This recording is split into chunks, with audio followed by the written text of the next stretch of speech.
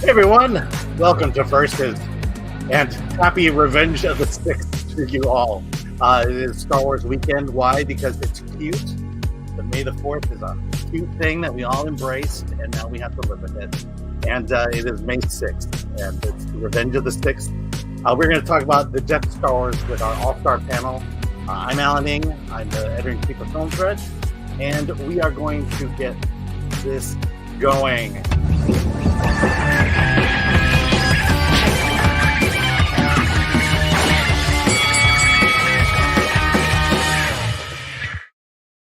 Welcome, everybody. Welcome to my panel. Thanks for joining us today.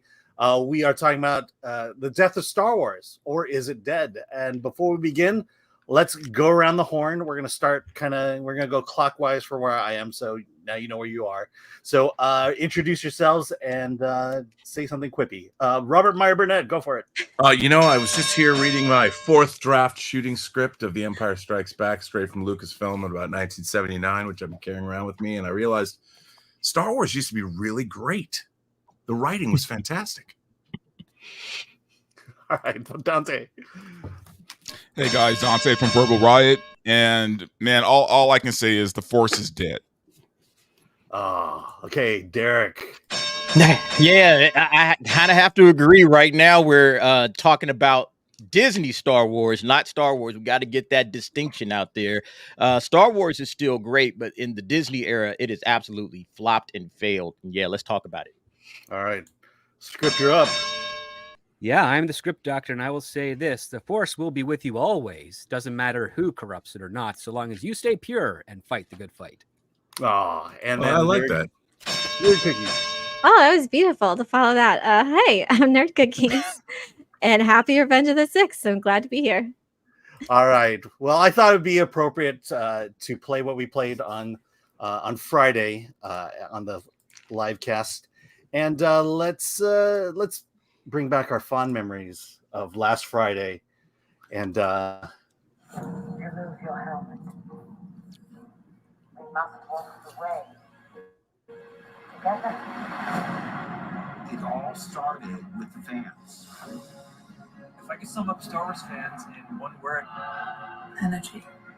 Love. Trust. Fearless. Loyalty. I'm counting on you. We stay together. We're a family. Come on, let's go! Star Wars, it's a family that you'll carry on with you for a very long time to come, I think, and I hope. This is where the fun begins. Come on, baby. Do the magic music. Star Wars has been something I did with my father when I was a kid, and then it just became like this tradition. It's been a part of my life forever. This fandom brings in friends that I've never had before. I'm looking for someone. You're okay. You found someone you haven't returned? Don't get the Empire. Star Wars, baby! It's unreal! The amount of effort you put into being fans is part of what makes Star Wars so great. To all the Star Wars fans, May the Fourth be with you. may the Fourth be with you. May the Fourth be with you. May the Fourth be with you. I mean, come on. How can you say that's dead? Whoops. So sorry. How can you say that's dead? I mean, really. I've been proven wrong. I mean, for one thing, they took out all the sequels from that. So Except for one shot of Kylo Ren. Yeah. So let me ask you this. Let's start off with this discussion. Regarding for a lot of us who were there when it first came out in theaters, I was there as a child, to today with Disney Star Wars. I mean, could you claim that maybe where we're at today is a natural evolution of storytelling that has gone over the decades, or are we as old people overly nostalgic, and maybe this is a message for us that this is the death of nostalgia? What do you think? Well, I think, if I may, because I was there, I saw Star Wars opening weekend in 1977. And the thing that people forget about Star Wars is nothing like it had ever been seen before. There was nothing analogous in cinema history, or indeed in entertainment history, that was anything remotely similar to what Star Wars was like. Seeing those, the lived-in future, the world building that happened during every single shot, they were adding to the tapestry. Whether it was the walls of the blockade runner and R2 and 3PO walking down them, the stormtroopers coming through that blockade runner airlock, and Vader and Princess Leia, and even the way her blaster stunned the stormtrooper in the first 5 minutes of Star Wars. It changed the world. I mean, honestly, it changed the imagination of everyone all at once. And when Star Wars came out, it was a cause celeb. Everybody went. I mean, it was the first time I'd ever seen lines. I thought nobody was going to go see this. My dad took me, and I practically had a meltdown when the first time he took me, we weren't going to get in because there was lines all the way around the block, and we'd never seen anything like that. And so how do you can't recreate that experience, and you can't recreate. And then when it came again 3 years later with Empire, it plussed what we'd already seen. There was no idea in our minds that it wouldn't be good. And so when it was as good as it was incredible. And I don't know if that's possible to do today. Interesting. I would say it's possible, but it takes effort, and it also takes education. Because I would say, in regards to the popularity of Star Wars, it's very divided. But Star Wars was at technically its lowest point between 1988 and 1994. Like, it's all it had was like toys that would pop up here and there, and the books, and an occasional game, but it wasn't in the conversation as strongly as it is today. It wasn't until the re-release of those movies in theaters with the special editions did Star Wars kind of ramp up again. And that was all to build up for the prequel trilogy that was on the rise. And that's what we've been kind of carried off of for a while, because after that episode 3, you had the Clone Wars cartoons, which kept Star Wars alive. The toys were still selling, and there was more video games coming out and more novelizations, and it never really slowed down. It just kind of ramped up, and now it's kind of dropped off a cliff because the quality to maintain that brand diminished as well. Sorry for interrupting.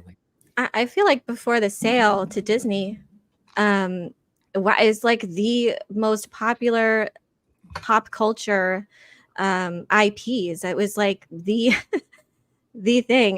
This multimedia giant, not just the movies, but comics, games, books, and merchandise. It was huge, and because they were so iconic, because of this moment in pop culture that George Lucas created, it was just over decades became this just incredible IP that everyone throughout the generations came to adore. So I mean, and I was of the prequel, I guess, era. I was a kid when those came out, so that's where I came in. But I saw the OT before that, and so even it was like a multi-generational thing. It's beautiful, and it was amazing. Like it's hard to compare another IP like it that had that reach and through all this multimedia giant. And Disney took all of that and just destroyed it. Rest in peace, Star Wars. Yeah, I think they went a little bit too far in a few places when it comes to Disney. They kind of milked it. Because, we buy a Star Wars franchise or a franchise like Star Wars, you want to get the most out of it. And like RMB just said, like, Star Wars was an event that you wanted to experience and that everybody was experiencing. But since Disney has taken over, we've just gotten so much content. I think it's like almost too much content. Before, I think from 77 to the time Disney bought it, what do we have? 6 films? And that was it. So every film felt special, and they were spaced out 3 years, and then you didn't know when you were going to get another one after a trilogy ended. But now it's like we have television shows, we have animation, like there's stuff all over the place. So I think it's lost a little bit of its specialness when you go to Disney Plus. And I don't know how many series have we had on Disney Plus, 6, I think. 7. Yeah, it's been a ton of series on Disney Plus. There's a lot of animation out. And and then we've had 5 films, just in George Lucas's era, we had 6. Disney in the what has it been, like 12 years, but really just since the Force Awakens, which is like 9 years ago, we've had 5 films, and they were coming out one a year. So I think that's one of the big problems, is that it doesn't feel like an event, something that is special, something that is unique. that we're, all looking forward to. And then they're going to have another one coming out, in a couple of years. So it's only going to be 7 years between Star Wars films this time. I just think it's way too much Star Wars. I think they need to pull back, get the storytelling right, get the characters right, figure out what era they want to go into, and then focus on that and majorly keep it in cinema. Because I think that Star Wars is a film franchise. And when it goes away from the films, I think it just dilutes the product. I think it's a little of everything, right? Like I think there is a nostalgia factor that does come into play, and that nostalgia isn't just for Star Wars. I mean, you hear people all the time saying even things like hip hop music isn't as good as it used to be, right? Like hip hop from the back in the day is better than the hip hop, the garbage that they play on the radio now, right? So we could say that like about a lot of different things. Okay, there is a nostalgia factor, sure. There are things that we cherished from our childhoods when it comes to Star Wars, and in a weird way, yes, we want to relive those feelings, right? And current day Star Wars obviously isn't giving us that, and it's not. And I hate to use this term, not meant for us, right? It's just not meant for us. But here's the thing: sure, there is a nostalgia factor, but that doesn't mean that what they're putting out today isn't garbage, because it is. I mean, it just is. I mean, two things could be right at the same time, right? Sure, we're nostalgic for the old stuff, but it doesn't mean the new stuff is good just because we're nostalgic for the old stuff, right? And right now, we don't have storytelling anymore when it comes to Star Wars. We have plot by committee. It's content. We have content. We Unfortunately, have stories about the brand as opposed to stories told through the brand. Like exactly. I couldn't agree with you more, Script. We've talked about this before under the title fraudulent creation. And if you look at George Lucas's influences, they were outside of Star Wars. He was drawing from Kurosawa, he was drawing from Shakespeare, he was drawing from obviously Joseph Campbell. And now Star Wars is up its own ass. I mean, it's all it's ever about is Star Wars itself. Whereas, as you just put it, you use a script you just said, the stories that should be told are classic, timeless stories of human foibles and folly within a Star Wars wrapper. That's what all great stories are all about. And the funny thing is, like, you look at the Luke being Luke and Han, truck driver and farmer, and an old grizzled, crazy veteran of foreign wars. These are salt of the earth, in the case of those three, Americans that get caught up in a thing, and it's these were blue collar, the same way the characters on Alien were blue collar guys. They were not special. They were not Jedi at first. They were normal, everyday people who stepped up when duty called, and they went on this adventure, this damn fool crusade. And it was something, when the twin setting suns of Tatooine are sliding underneath the horizon to the strains of John Williams' French horn, we all were there. We all were Luke at that moment, looking at those twin setting suns, wondering, great, one more year is going to go by before I start to achieve my dreams. There's none of that in Star Wars anymore. It's always about the internal. It's about this Jedi or that Jedi or whomever, or the Sith. Where they make it so much more about this Luke and the prophecy and the specialness of Anakin that you actually get rid of the most coolest aspect of Star Wars in the original trilogy, which is that it's just three remarkable but relatively average unknown people that come together and actually change the galaxy.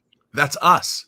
Yes. I think that's what Star Wars ultimately at its core, it was telling us in that original trilogy, is that that's why, you don't have to have midi-chlorians in your blood to learn how to use the Force. Just like you want to learn the ways of Bushido or become a ninja or a samurai or learn martial arts.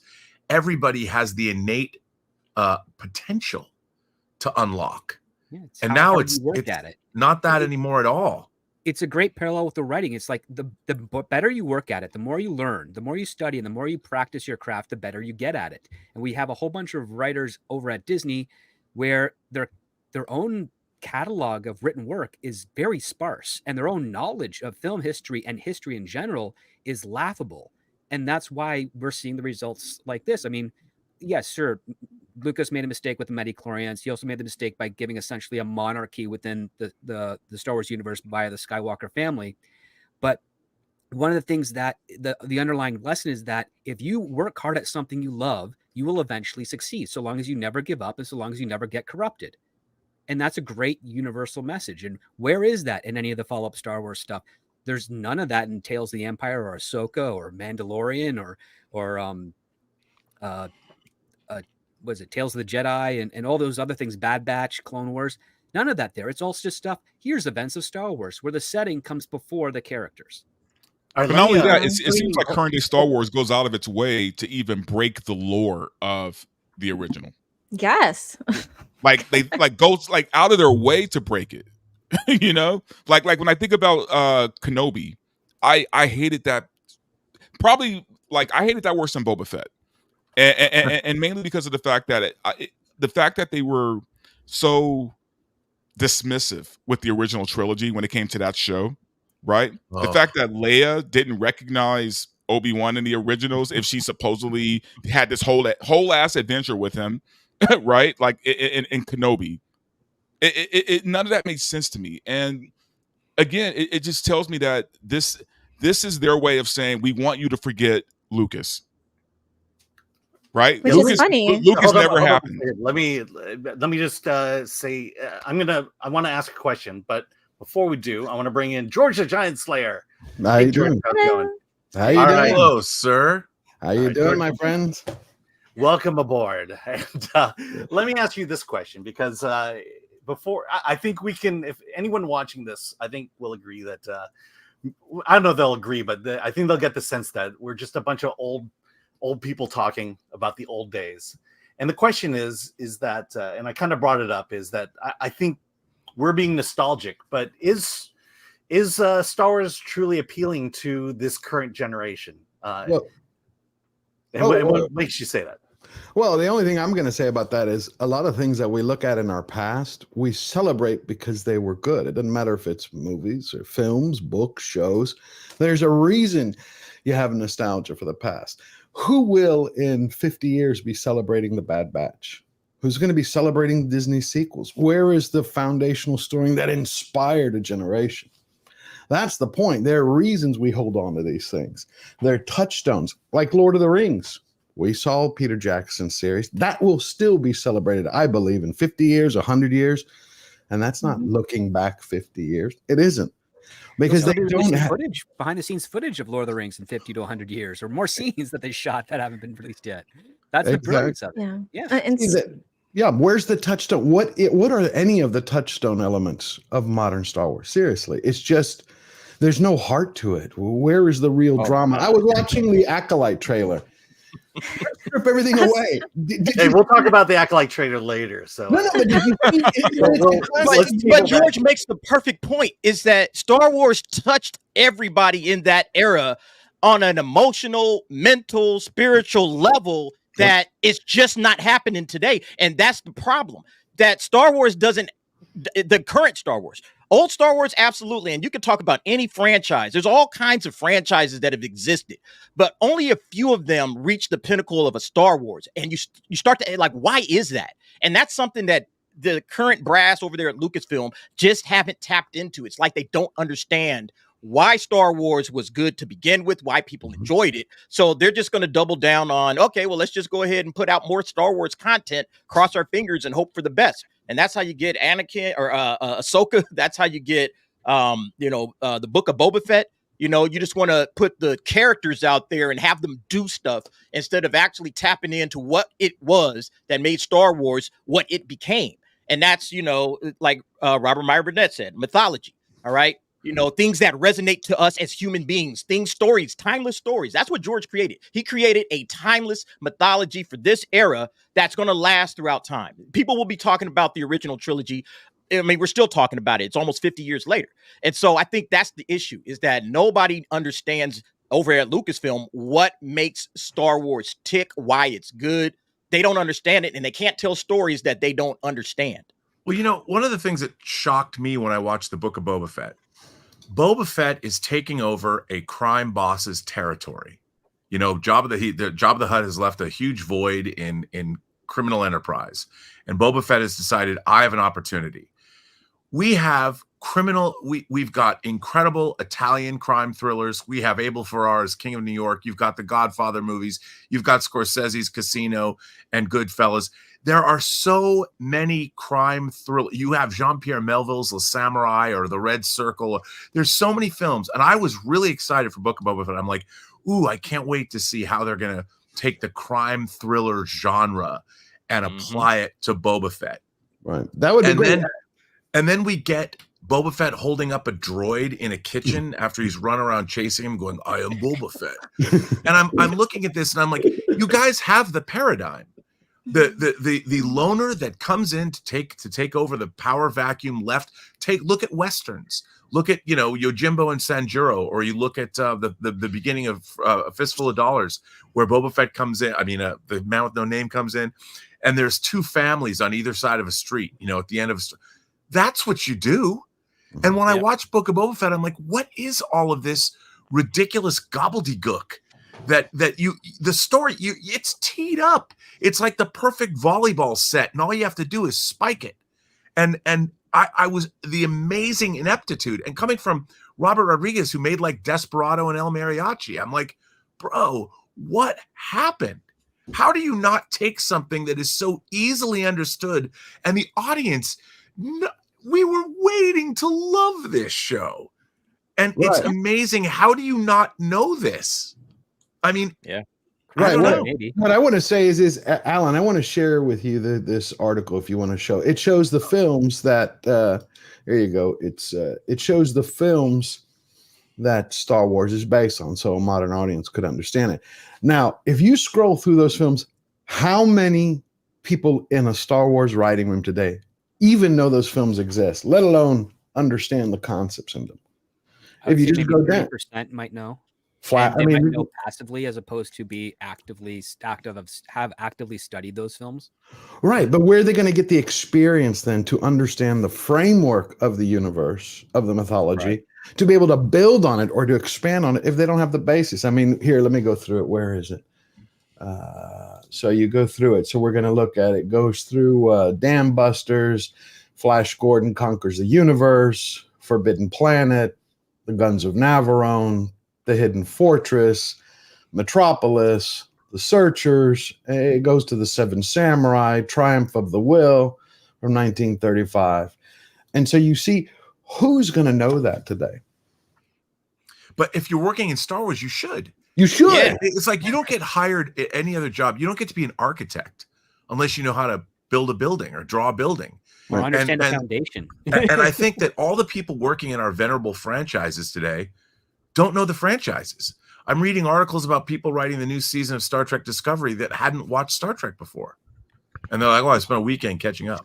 Like, it's worse than that. They don't know how to write basic stories. Because again, before on television, when you're creating new IP, it's not about, we're doing a show called Wild Wild West. Great. Do you know anything about Westerns? No, but I know how to tell a really great story. So I will learn a little bit about Westerns so I can tell an authentic story. That was the goal. And that mentality still ranges today. The problem is that we have a whole bunch of people calling themselves writers that don't actually understand the fundamentals of story. What they understand is like pontification, debate, speaking quote unquote their truth, which is really just a lie. And they don't actually understand the narrative process of why people connect with these stories. I mean, there's a reason the story of Gilgamesh, the story of Hercules, all of those stories have lasted centuries. The plays of Shakespeare and the sonnets, 500 years strong, without anybody ever forgetting about them. That is powerful story and powerful writing. And that is what every generation of writers is trying to achieve, to basically say, I want to have my work stand shoulder to shoulder with these historical works. But that's what they should be doing. Have people that can do that anymore, or actually, you got Tony Gilroy. Tony Gilroy understood that. He was like the one lone guy in the Star Wars franchise right now who I would trust his writing. And he was just what you were talking about, Script. He's a guy that wasn't necessarily a dyed-in-the-wool Star Wars guy. He knew all the lore. He knew the canon. He knew things front and back. But he's a quality writer. He knows writing. He knows how to tell a story. He says, I'll learn Star Wars. I'll pick up what I need to pick up. And he wrote Andor, which everybody objectively who have watched it have said, yeah, it's a great show. It's an amazing show. It's the one thing that, Disney Star Wars has put out that most people will agree is solid. It's good, Absolutely. at the very worst good. I think it's amazing. I think it's phenomenal. But you know, most people will at least give it everything credit that for what being Star good. Wars is, because it turns the rebels away from being heroes to being just as bad as the villains they're fighting, and they're doing that for your edgy current day drama twist, as opposed to showing a moral code and ethics that is supposed to inspire you as to you don't compromise your own values just to fight an enemy, because you end up becoming the monster. It's an old Nietzschean concept. So the fact that he injected that into Star Wars is abysmal. Like, it doesn't matter that the dialogue is well written. It doesn't matter that it's beautifully shot. There are certain aspects in character, especially with Andor himself, that don't hold true to anything about that character. He's very undefined. At first, he's looking for his sister. Then he gives up. Then he's talking to a guy about maybe taking the booty that they stole from the Empire. But the context of that is he actually saying that he's going to betray, or is he giving a test to see if this guy's worthy of rebel material? We don't know, because Andor shoots and kills him. And then he walks away, and then he gets thrown in prison. There's all these vignettes of story that don't actually have a full fulfillment to it, and we don't learn anything about the character. You cannot call that objectively good writing. Now, the stuff that Skarsgård did was brilliant, but at the same time, he's a guy that's doing self-sacrifice in order to fight for a cause, which means that he is going to be the very enemy that you have to destroy if he ever gets into power. And that's Well, not I would say that fight behind and follow with. I would say that Tony Gilroy understood rebellions and uprisings and the types of characters that come within those. He understood them in the real world. He didn't But understand. Again, but that's going back to understanding, you know, the concept that you're writing about. So I think he was trying to interject different types of characters. We'll see how, you know, season 2 comes out in terms of Andor's character, and if he, you know, matches up to what making the rebels equal to the Contras from the 1980s is I mean, those are different types of rebellions that have happened throughout history. I don't think there's any mistaking that. And I think that's what Tony Gilroy was trying to tap into. He was trying to tap into different types. He said he studied all the different types of rebellions throughout history, different uprisings. So he understood the concept of what it is he was writing, which is why at least you could say the storytelling was good. You may not like the characters and the way he portrayed Andor. You know, I can, you know, disagree with that too. I would love to have known who Andor was. What he did was right, yeah, and a lot of people don't think this is Star Wars. A lot of people will say, you know, it didn't feel like Star Wars. The rebels didn't come off as, you know, good guys in a lot of ways. And so, yeah, I think there's an argument to be made there. But just going from the standpoint of the storytelling, I think the storytelling worked. Again, that's just my opinion. Everybody can disagree, but that's how I felt about it. I think the problem, though, with that also is that Andor doesn't seem like it's part of the same thing as, or same universe as Obi-Wan or any of the other shows that are set around that time period. They all just feel so separate from each other. They have completely different approaches. And yes, I would say Andor is the most competently shot and written. That's not saying much when it comes to Disney Star Wars of late, but he had the most experience, at least with that. But it doesn't fit at all with Obi-Wan, with Book of Boba Fett, with Mando season 3, and it's kind of a similar type time period, and it never feels like these are part of the same universe. And I think that speaks to the larger issue, is that there's no creative visionary anymore. We have Kathleen Kennedy, who doesn't know about this universe, who's not passionate about it. And it's someone like her that's overseeing this massive IP, and she doesn't know what she's doing. She doesn't know about Star Wars. She's not passionate about it. And that's the problem at the end of the day, because she's just getting whoever wants to do it. And it doesn't matter if they're competent. It doesn't matter if they're knowledgeable or passionate about this universe, just whatever. She just lets people just play around in this universe and do whatever. She doesn't care. And you see that she doesn't care. And that's the thing. Disney's they're not. See, we're sitting here waxing poetic, if we're being honest, man. Disney does not want to hire actual writers. They want to hire people who will do what they say. Yes. That's what they're looking activists. for. I agree with you. They want activists. They don't want writers. They don't want people who create. They want people who follow orders. Spot on. I think Star Wars is a symptom of the larger problem at Disney and in Hollywood. They have forgotten, or they don't care about giving the customer what they want: entertainment. They don't know how to tell a story. I mean, Alan, you did the D-Files for so long. In your experience, how many people working there, right? In modern studios, at Disney, are passionate and not just view it as a job. Like, love film, love telling a story. I mean, you got the sense that when John Lasseter was there, it was almost everybody. There were certainly those who, who dissented, and there are certainly people brought in who, I think there was an attempt to bring in more diversity of thought, and that might have backfired. But for the most part, I think, when you see the people who left over time and at the droves and numbers they did, there was a lot of people who loved Disney and loved the legacy of Disney.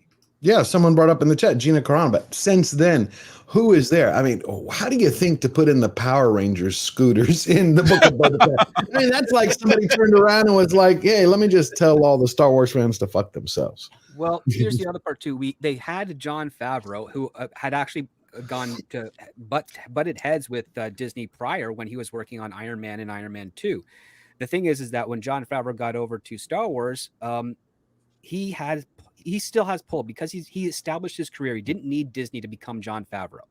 And that's the problem right now is Disney and for a long period of time, at least 6 years, producers realized that when an established talent, the people that they go and seek out to bring into Hollywood because they can make money off of them, when they realize that they understand that they can make money and they don't need the producer or the studio to really continue to make money because other people will give them jobs, they realize they don't have creative control, in which case you'd have difficulties on set or difficulties in production. They figured out that if they grab someone from the very, very earliest tiers of writing, or directing and bring them in there, they will be so grateful that they will be putty in the hands of the producers and do whatever they want. And we are now seeing the byproduct of that behavior. Instead of a creative force that has earned their accolades and earned their cred, fighting back against a producer that has maybe a silly idea or a bad direction with regards to what they want to take their project, you don't have anyone fighting for that project, the integrity of it or the merit of it. You have people that are just so happy to be there, so happy to be working for this studio, to get this paycheck, to start getting credits that in an industry that is so difficult to break into and hold on to. Like breaking in is one achievement. Holding on and being able to work consistently, that is God tier almost. And the fact that they are able to get that one step closer, and then they can't do anything about it. Like they just wash out. There's massive churn going on over at Disney with some of the smaller writers that they pluck out of obscurity and throw on these shows. And the thing that's happening right now that we've seen Hollywood Reporter report on is that a lot of those people that didn't have the skills, that didn't really earn their way into the industry, are not getting hired anymore. And they're not going to be getting fired if they're in contracts already, but the contracts are going to run out to the point where they're not going to get renewed. And that's going to cause a change and a shift in the creativity department. So certain executives that got maybe a 2 or 3 year contract that ends in 2025, 2026, if they're only there for all the wrong reasons, and the studios are like, well, we can't fire them now because that'll be bad for optics, but we don't have to renew them. So it's time to clean house, script. It's time to clean house. That's how they do it politically, so they don't get the blowback from the crazy DEI crew that says, oh, you terminated that person because of their ethnicity or their sexual orientation or anything. They can say, no, they completed their contract, we're satisfied with their work, but we're going in a new direction and we're going to hire someone else. And that is how you get away with it without, causing the stir, but it's going to take time. But you could fire all those people, and the biggest problem still remains. Kathleen Kennedy. You can. Oh, there you go. But not only that, that's the first person you got to fire. You'll have people saying, well, they're bigoted, they're homophobic, they're sexist, they have a whole slew of other issues that Disney doesn't want to deal with. So the idea would be Kathleen Kennedy retires, and the people that have contracts there don't get renewed, and then a whole new wave of people come in that ideally, in a perfect world, would actually whip the franchise back into shape to make it watchable and then profitable again. See, you're way more optimistic than I am, man. Because I don't think Kathleen Kennedy will ever retire. I think she's doing it out of spite. Yeah, but the problem is you could clear everybody out, and if the person you put at the top doesn't have a vision for Star Wars, it doesn't matter. Iger's been there for before years. Before we continue, we need to go through some comments here. Also, thank you to the 1,800 people watching us on YouTube, Rumble, and X. Formerly known as Twitter. There. But here we go. Rolls right off the tongue. Lord Thoth, like, share, subscribe, hit that bell for notifications. Sign up as a member and join us on Discord and Rumble. Also, for a lot of us, the YouTube algorithm has been pretty cruel over lately. So anything you can do to support us would be greatly appreciated. From Toxic Walls, here's a good idea: do a pod racing movie that's basically Days of Thunder with Jedi. I would love that. Yeah, I think that would be an incredible movie as long as the character designs were great. Yeah. All right, from Susie One, Disney mowed down the fandom's goodwill. Yep. Jimmy Francis says it's not nostalgia to feel cinema is terrible nowadays. We used to enjoy key things like characters arcs, love, and honorable actions. Things that are severely lacking in cinema today. From Zach Ford, just saw Empire Strikes Back with a live orchestra and sold out crowd. If only the Star Wars gatekeepers would watch those originals with a large crowd, they might just crack what makes them work. That's a really good. You know what's funny, Alan, about that? Now it's great. I've seen that with the symphony. Is David Mamet just was talking about this at the LA Book Festival, where he was saying there are a lot of great ideas out in Hollywood today. But he was talking about himself. Hollywood will not hire him. And it was for the opposite reason that I thought. They said, well, is it because of your politics? He goes, yeah, maybe a little bit. But primarily it's because of the fact he says my age. He goes, this generation only wants to work with this generation, except for the fact that they don't have any life experience. Yeah. One of the things we found in D-Files was that when they hired the young Reddit and the young Tumblr artists, they went into Disney thinking that they could conquer the world, and they didn't realize the wealth of wisdom that surrounded them. And even more so, they got rid of that wisdom because they were male and pale and stale.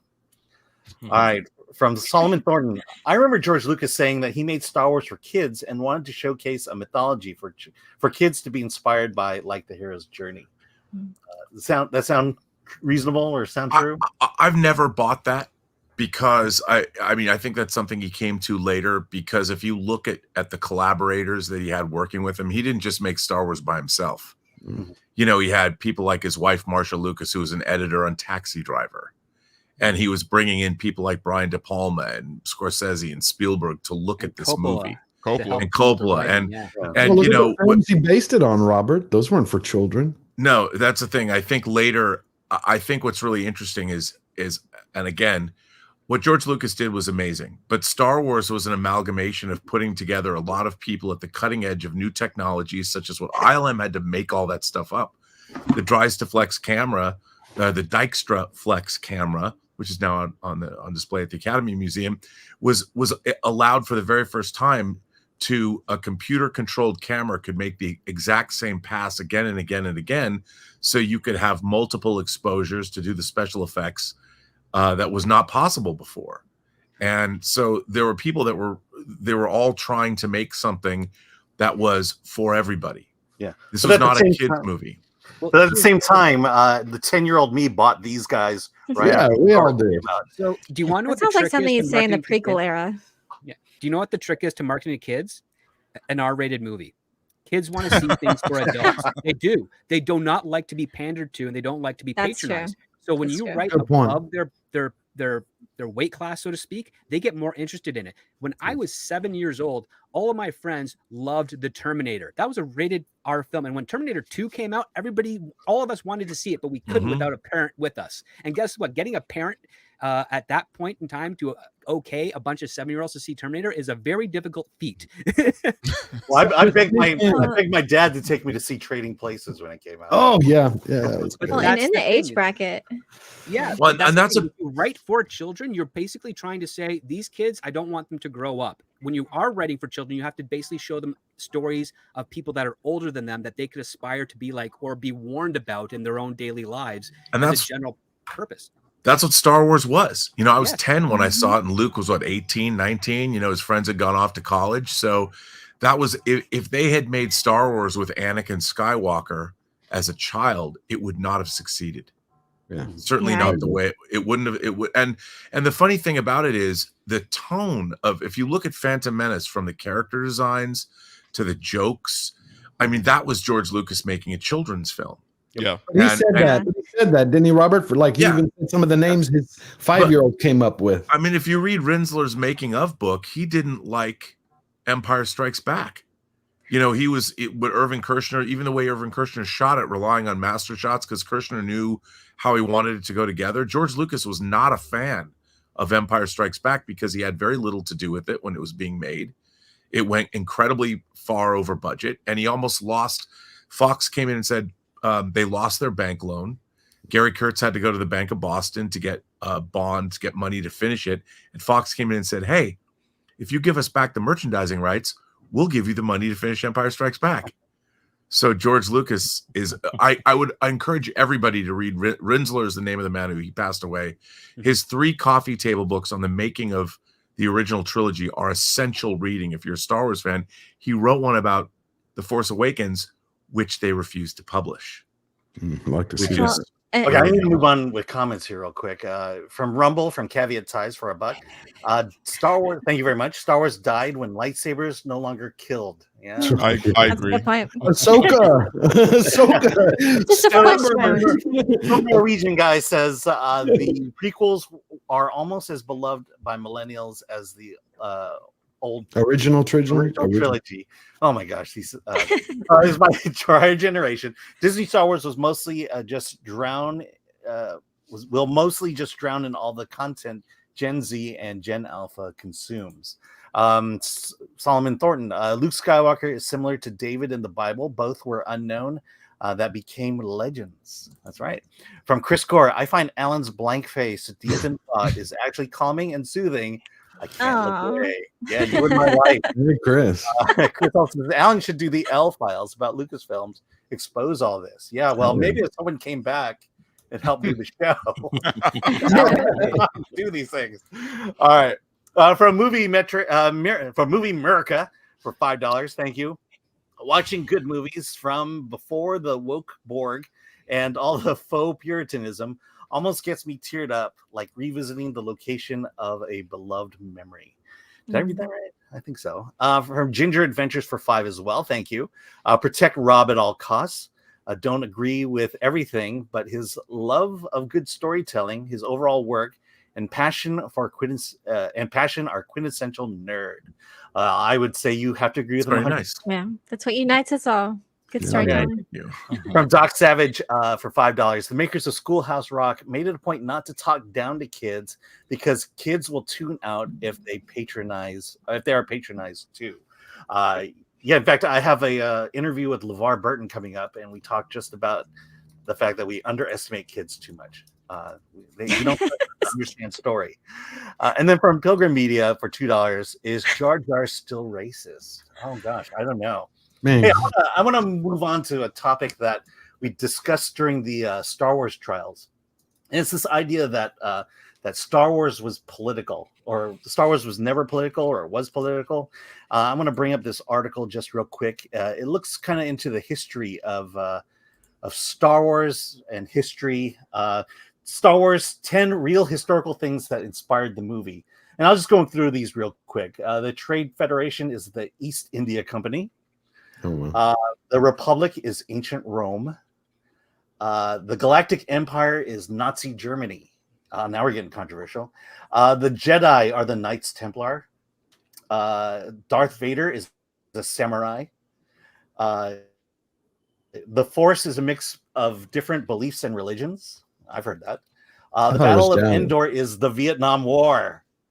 Yeah, and Yoda is Albert Einstein. Yeah, Lucas once said they were the Viet Cong. Me a lot. The one that irks me a lot is Emperor Palpatine is Richard Nixon, and I live in Richard Nixon Woodrow country. Wilson. Wow. Yeah, I don't know. I get why they think this, but I don't know if you know the history of Richard Nixon. I don't think Emperor Palpatine even comes close. Yeah, I mean, has he And said then finally, this the straight out, rebellion or sides people with just saying that? anti-war protest and not.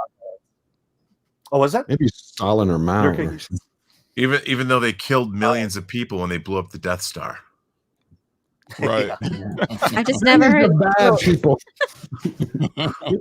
Yeah, so Millions of let's bad talk people, about that. Robert. Is Star Wars political? Should it be political? Can you have politics in it? And in light of today with wokeness, is this a statement that's true, or is there a lot more nuance to it? I want to chime in on this because I feel like people love to throw that word around a lot these days. The whole it's always been political BS. Yeah, you can say that about Star Wars. You can say that about comic books. You can say that about any story told before, right? That it was inspired by, political situations. Yes, maybe they were, right? But they were told in a way of story, right? It was the purpose of including that stuff was to enhance the story, not to preach a message, right? See, now we've gone away from story and we've gotten into message, right? So now when things are political, they're blatantly political. There's no nuance. There's no subtlety. It's just, hey, we're making a political movie because this is what our side believes, right? Yeah. And it's Well, usually actually a more on the politics- liberal side because there's not a lot of conservative studios Well, it's out actually there. more of a Yeah, partisan he's side. he's right. It's partisan because politics by its core is basically just point of view. It's your point of view and your opinions on things.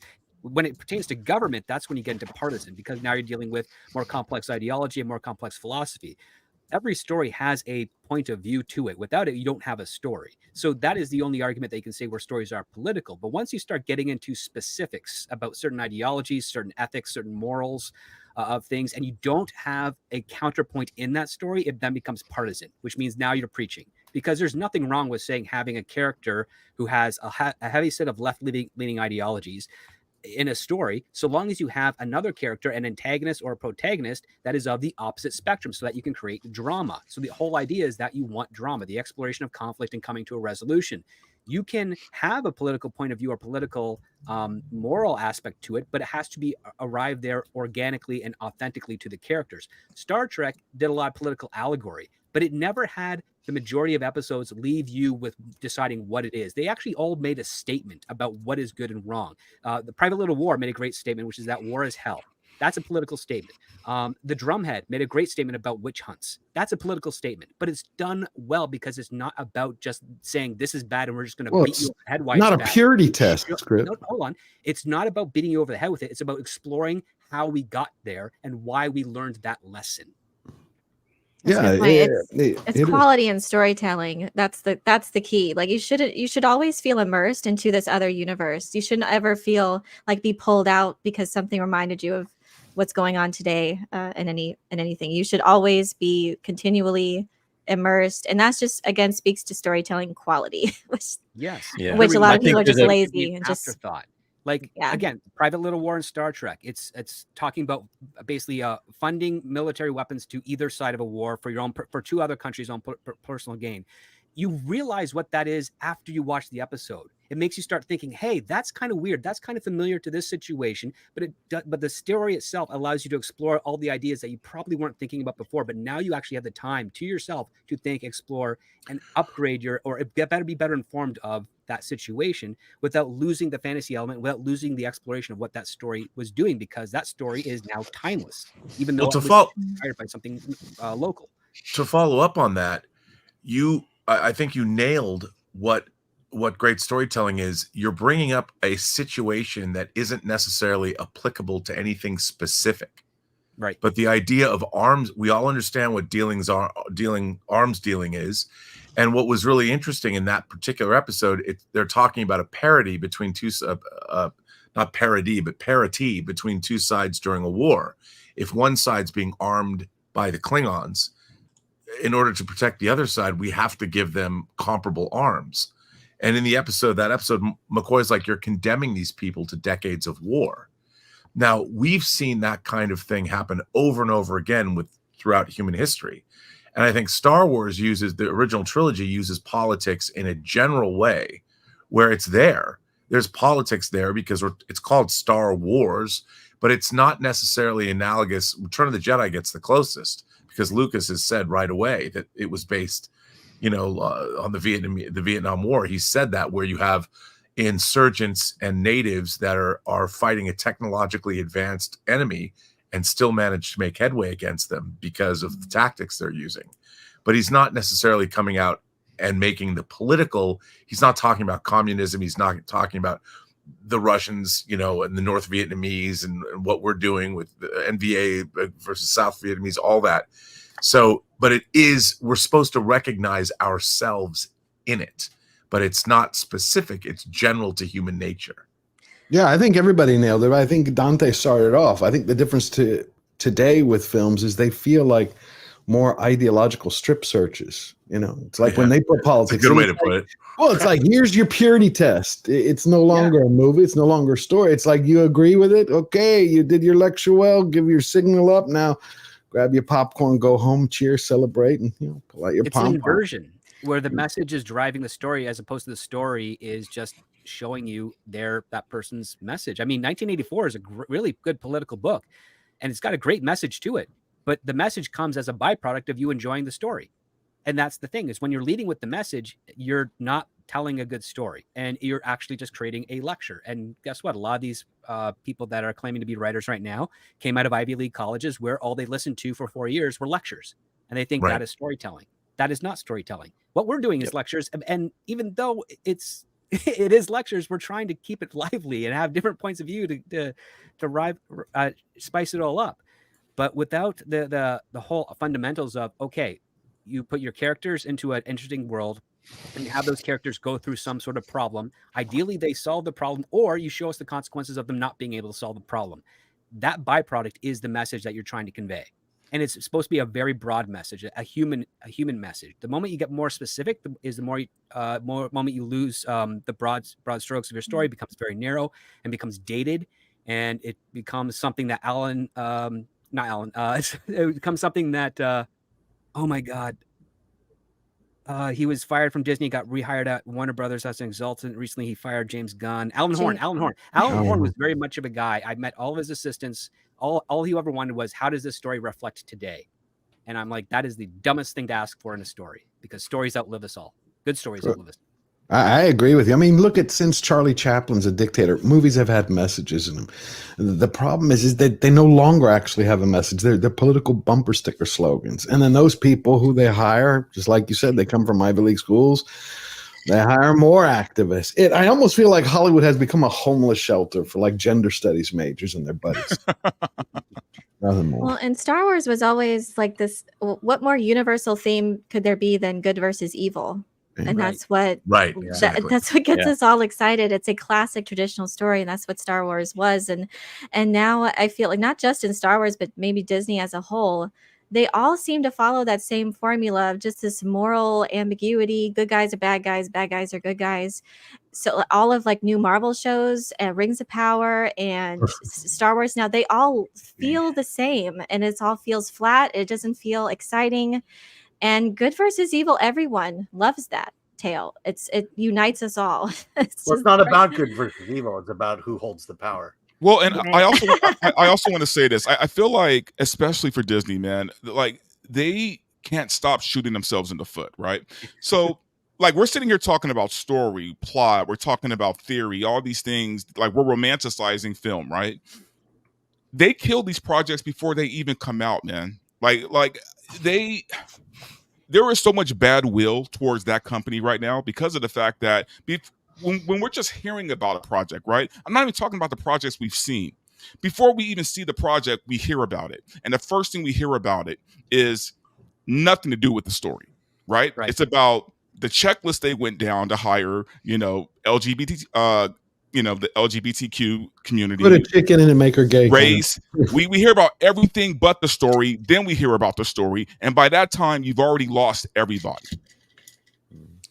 You've already lost them. Exactly. You already lost me. They're selling it on the wrong things. They're selling it on the stuff that they've never had to use to sell something before. Right. Because all the time up until this point, it was like, okay, what's the characters? What's the story? Now there's this new gimmick that marketing loves, which is, it's by a person who's part of the Wi-Fi password community. It's all a stunt to just get attention onto the product, because they're not doing anything to make the product competitive. Because right now, like, if you were to take some of the best writers between 1970 and 1988 and put them today and say, you got to compete with TikTok, social media, and the internet, they would be more like cracking the knuckles. Okay, challenge accepted. What could I do to steal the attention away from these like short attention span people and get them held there? There'd be this competitive hunger and drive. And I don't see that among a majority of my contemporaries in the film industry. It's like, I'm always like, how can I make a person not have to take their eyes off the screen when I'm writing this scene or this moment? Well, it's funny you say that. And it's funny you mentioned TikTok and all these things, because and attention spans, right? Because movies are longer now than they were in the 70s and 80s. Yeah. Right? So I think those writers would do just fine, actually, because they keep it short, precise, and to the point. But Dante, did you feel like that almost some of these movies, they're almost attacking the fans in a way. Oh, they are attacking. Well, they're attacking the fans for sure. Yeah. Mhm. I mean, like directly. It's not hidden. It's no. It's a direct attack. It's saying that we don't want you anymore, right? We hear it all the time. If you don't like it, don't watch it, right? Mm-hmm. How many times do we have to hear that? I mean, we heard it a lot. Heck, we heard it from Married with Children when that show came out, when they had that one lady that was protesting against that. They just said, change the channel. But it's more, I would say it's a bit more of selective targeting. It's like they don't hate the fans. They just want the fans to be better and more like them. No, they hate the fans, bro. Well, okay, no, let me pause this right here, because we're gonna get into that, and I'm gonna transition into this discussion. But before we do, again, I want to thank the almost 2,300 people watching us on YouTube, Rumble, and X. Thank you so much for your support. Anything you could do to help us out is great. You are loved, and I don't know, I'm feeling sappy at the moment. I love you all. But let's go through some of these chats from JWT 6577, a member for 7 months. Thank you for your support. Star Wars is a dead party. We gather today to celebrate the From Martin Swerve, it's political in the movies universe, but stop trying to make it allegorical. That's a great. Yeah, I think they're right, because it goes back to what we were saying earlier about how, the idea of good versus evil, or conflicts when you have a superior force against a scrappy inferior band of rebels that aren't as well equipped. That is universal. That is something you can apply that isn't necessarily a specific political situation. But I think one of the things that we're also missing here is that the audience has changed dramatically. And like when Star Wars first came out, the audience was looking outward to find entertainment. They were looking to find things that accentuated their experience of the world. Now, everybody's expecting stuff to appeal to them. It's like it's all coming at you, whether it's on your phone, TikTok, Instagram Reels, YouTube, whatever. The audience is no longer, we're not an audience of seekers anymore. Seekers of truth, seekers of, we all believe we know our truths. We have our truths, and we want to find other people that believe the same things that we do, so we can all join. I mean, we don't feel this way, but we have an entire younger generation that are not looking outward. They're not looking for entertainments that might inspire them. They're looking for entertainments that agree with them. And that's happened to our entire culture. And the writers of these shows are doing the same thing. They already know the truth, and they want you to believe in it. And that's why they're injecting what they want to inject into all of these classical story paradigms that have existed for thousands of years. And it used to be, that's what stories were. We would read stories, and hopefully they would provide some insight into who we are as human beings. But the stories today that are being created are there in order to appeal to people that go, oh yeah, that's about me. That's my thing, rather than the audience looking for something they might not have known about themselves. They only want things that reinforce what they know, what they already know.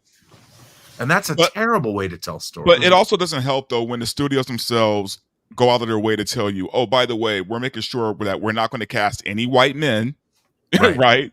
We're not going to cast this person because blah, blah, blah. It doesn't help when the studios don't make it about the story. They don't make it about the movie. They don't make it about the TV. They make it about the politics. So once you've already done that, it doesn't matter what they produce or put out. You've already lost half your audience right there. At minimum, yes. And that's what they're doing. You're seeing what they prioritize. And the thing is that they are prioritizing it foolishly, because they're looking at it as the angle of, this is the new angle to market things.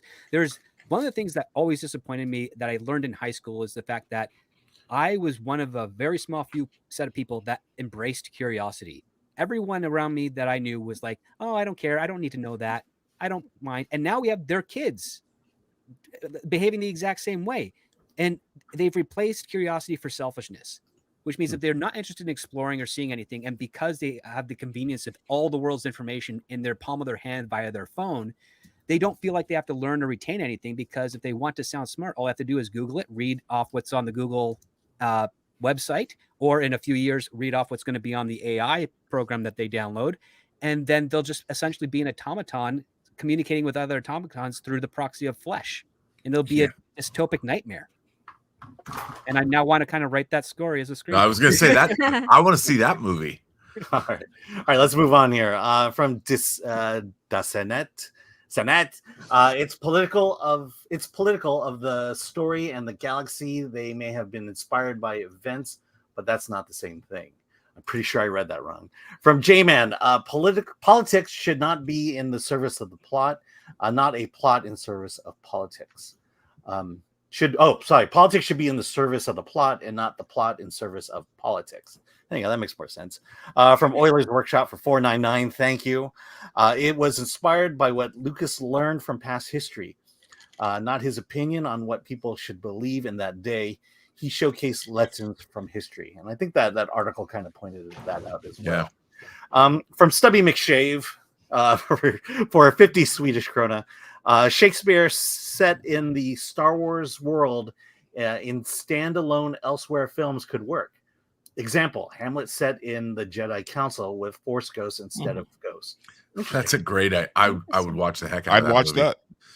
Yeah, there's more good ideas coming out of this chat than it is coming out of Disney doesn't want to pay the Shakespeare estate for any of that. So for Red French Moon, I don't know if Nixon is Palpatine, but the Watergate, when you dive into it, you see strings of the deep state. Well, I think for Nixon to be Palpatine, for a guy who got us out of the Vietnam War, for the guy who opened doors to China, I think Watergate was his cling to power, cling to hold power. And I'm not sure that's Palpatine. I'm pretty sure it's not Palpatine. From Gridiron Masters, who's modding for us, stories have always had perspective and some degree of craft. With the talentless hacks working today, we are left with pure distilled propaganda. Interesting. And then from All's Well That Ends Well for $4.99.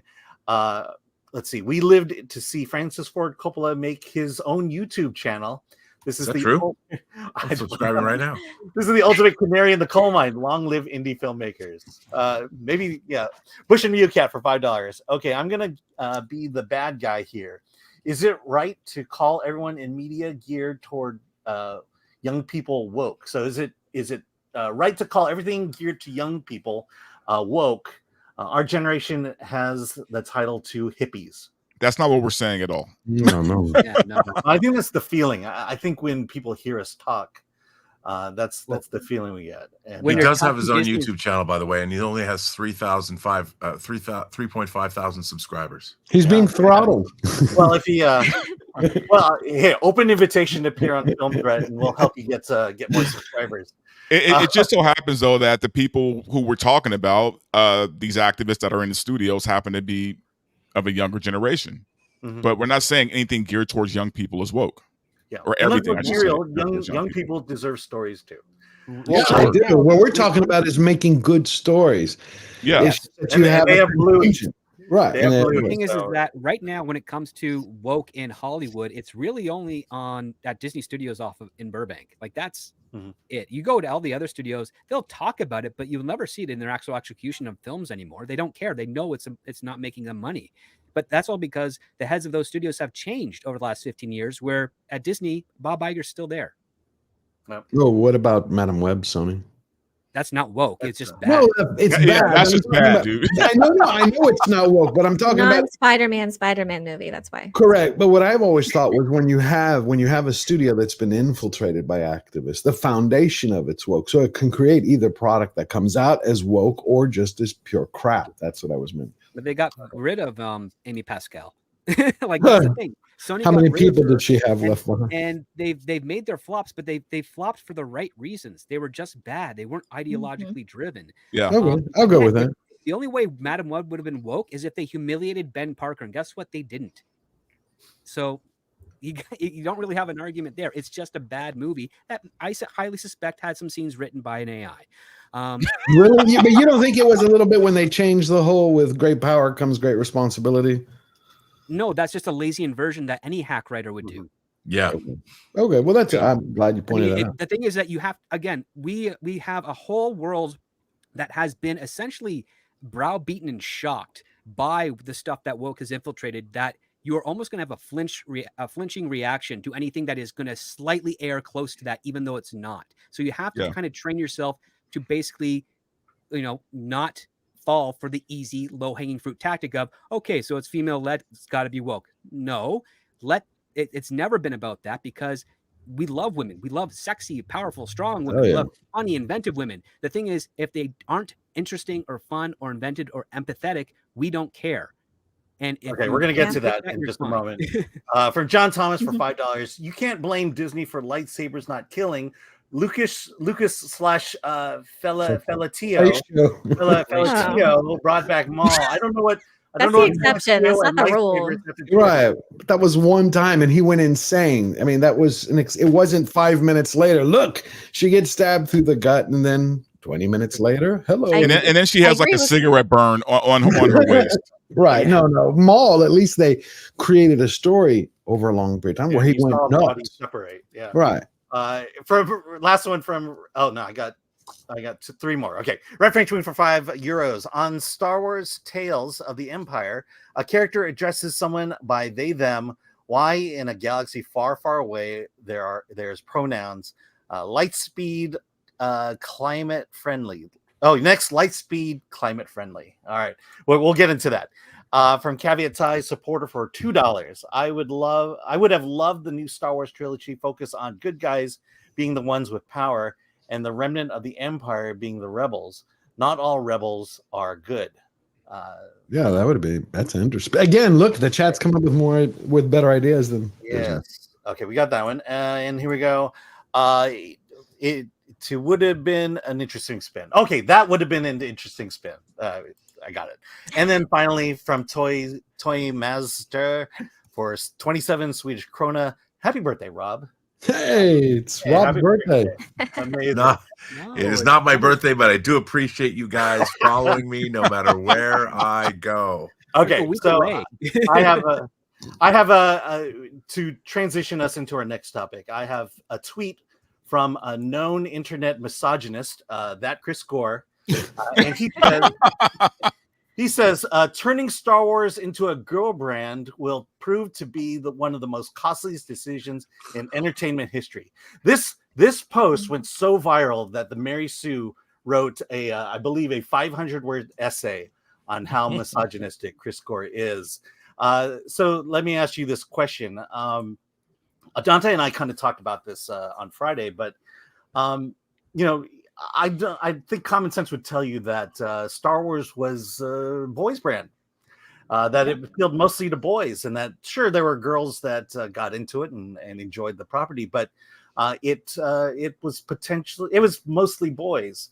Do you think that this shift to kind of swing the pendulum the other way, as Chris Gore says, will be the costliest decision in entertainment history?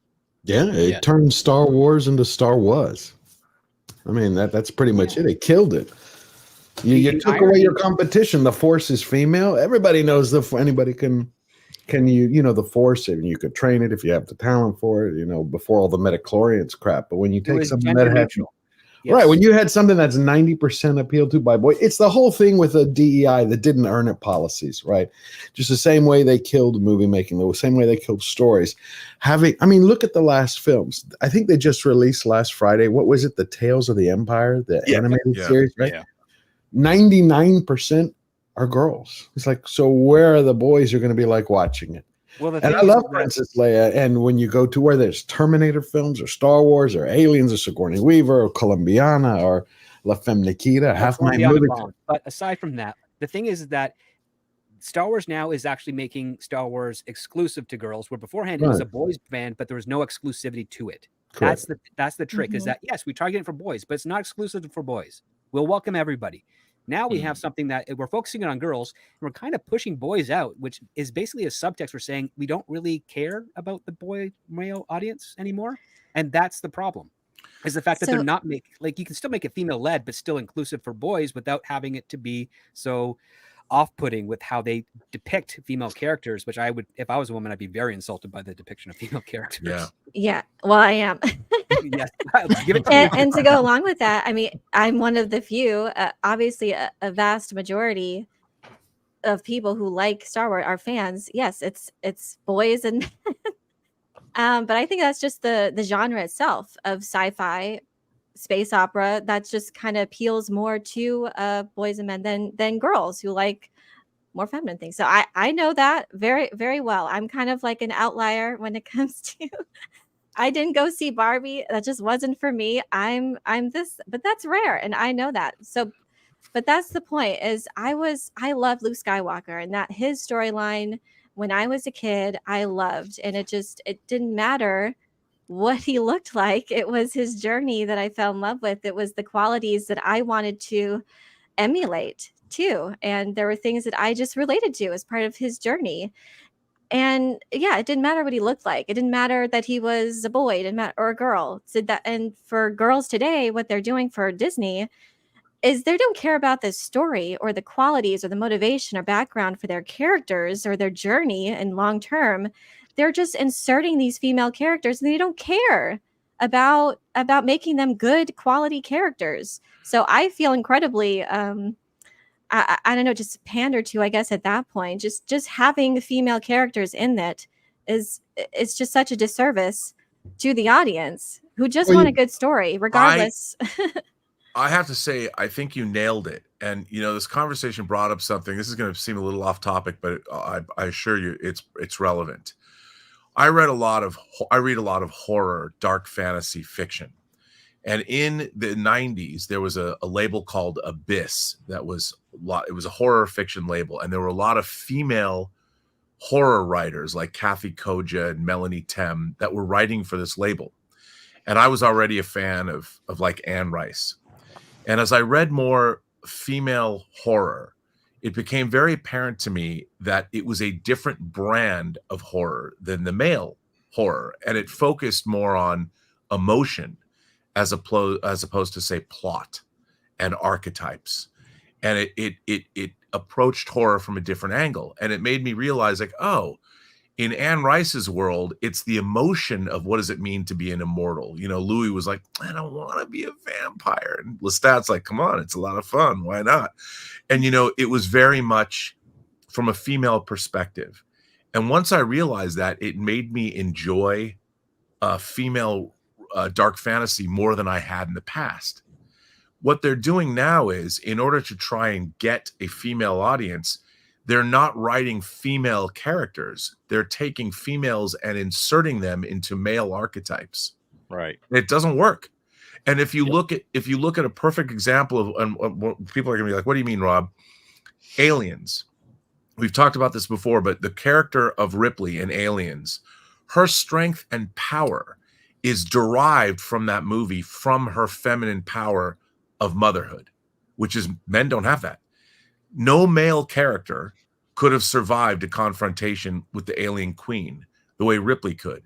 She survives because you have two mothers face to face. One mother's protecting her brood. The other mother is trying to rescue her de facto daughter. And you're taking a power, a true power that women have that men do not have. And you are relying on this power to take our heroine through to the end of that story. All the other men have been vanquished. They were not powerful enough to survive. I mean, okay, you could say that Hicks survives, okay, but rescued by Ripley.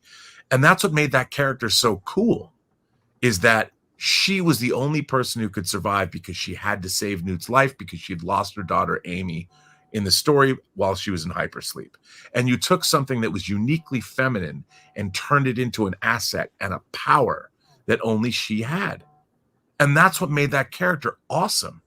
And while no one came out and said, well, it's the power of motherhood that allowed her, no one thought about that. I think James Cameron did when he wrote it, but it made her both powerful and awesome. Who doesn't love Ripley? But also uniquely feminine at the same time. And we're not seeing that. And it's weird. They want everybody, we all have to be genderless, and we all have to be interchangeable.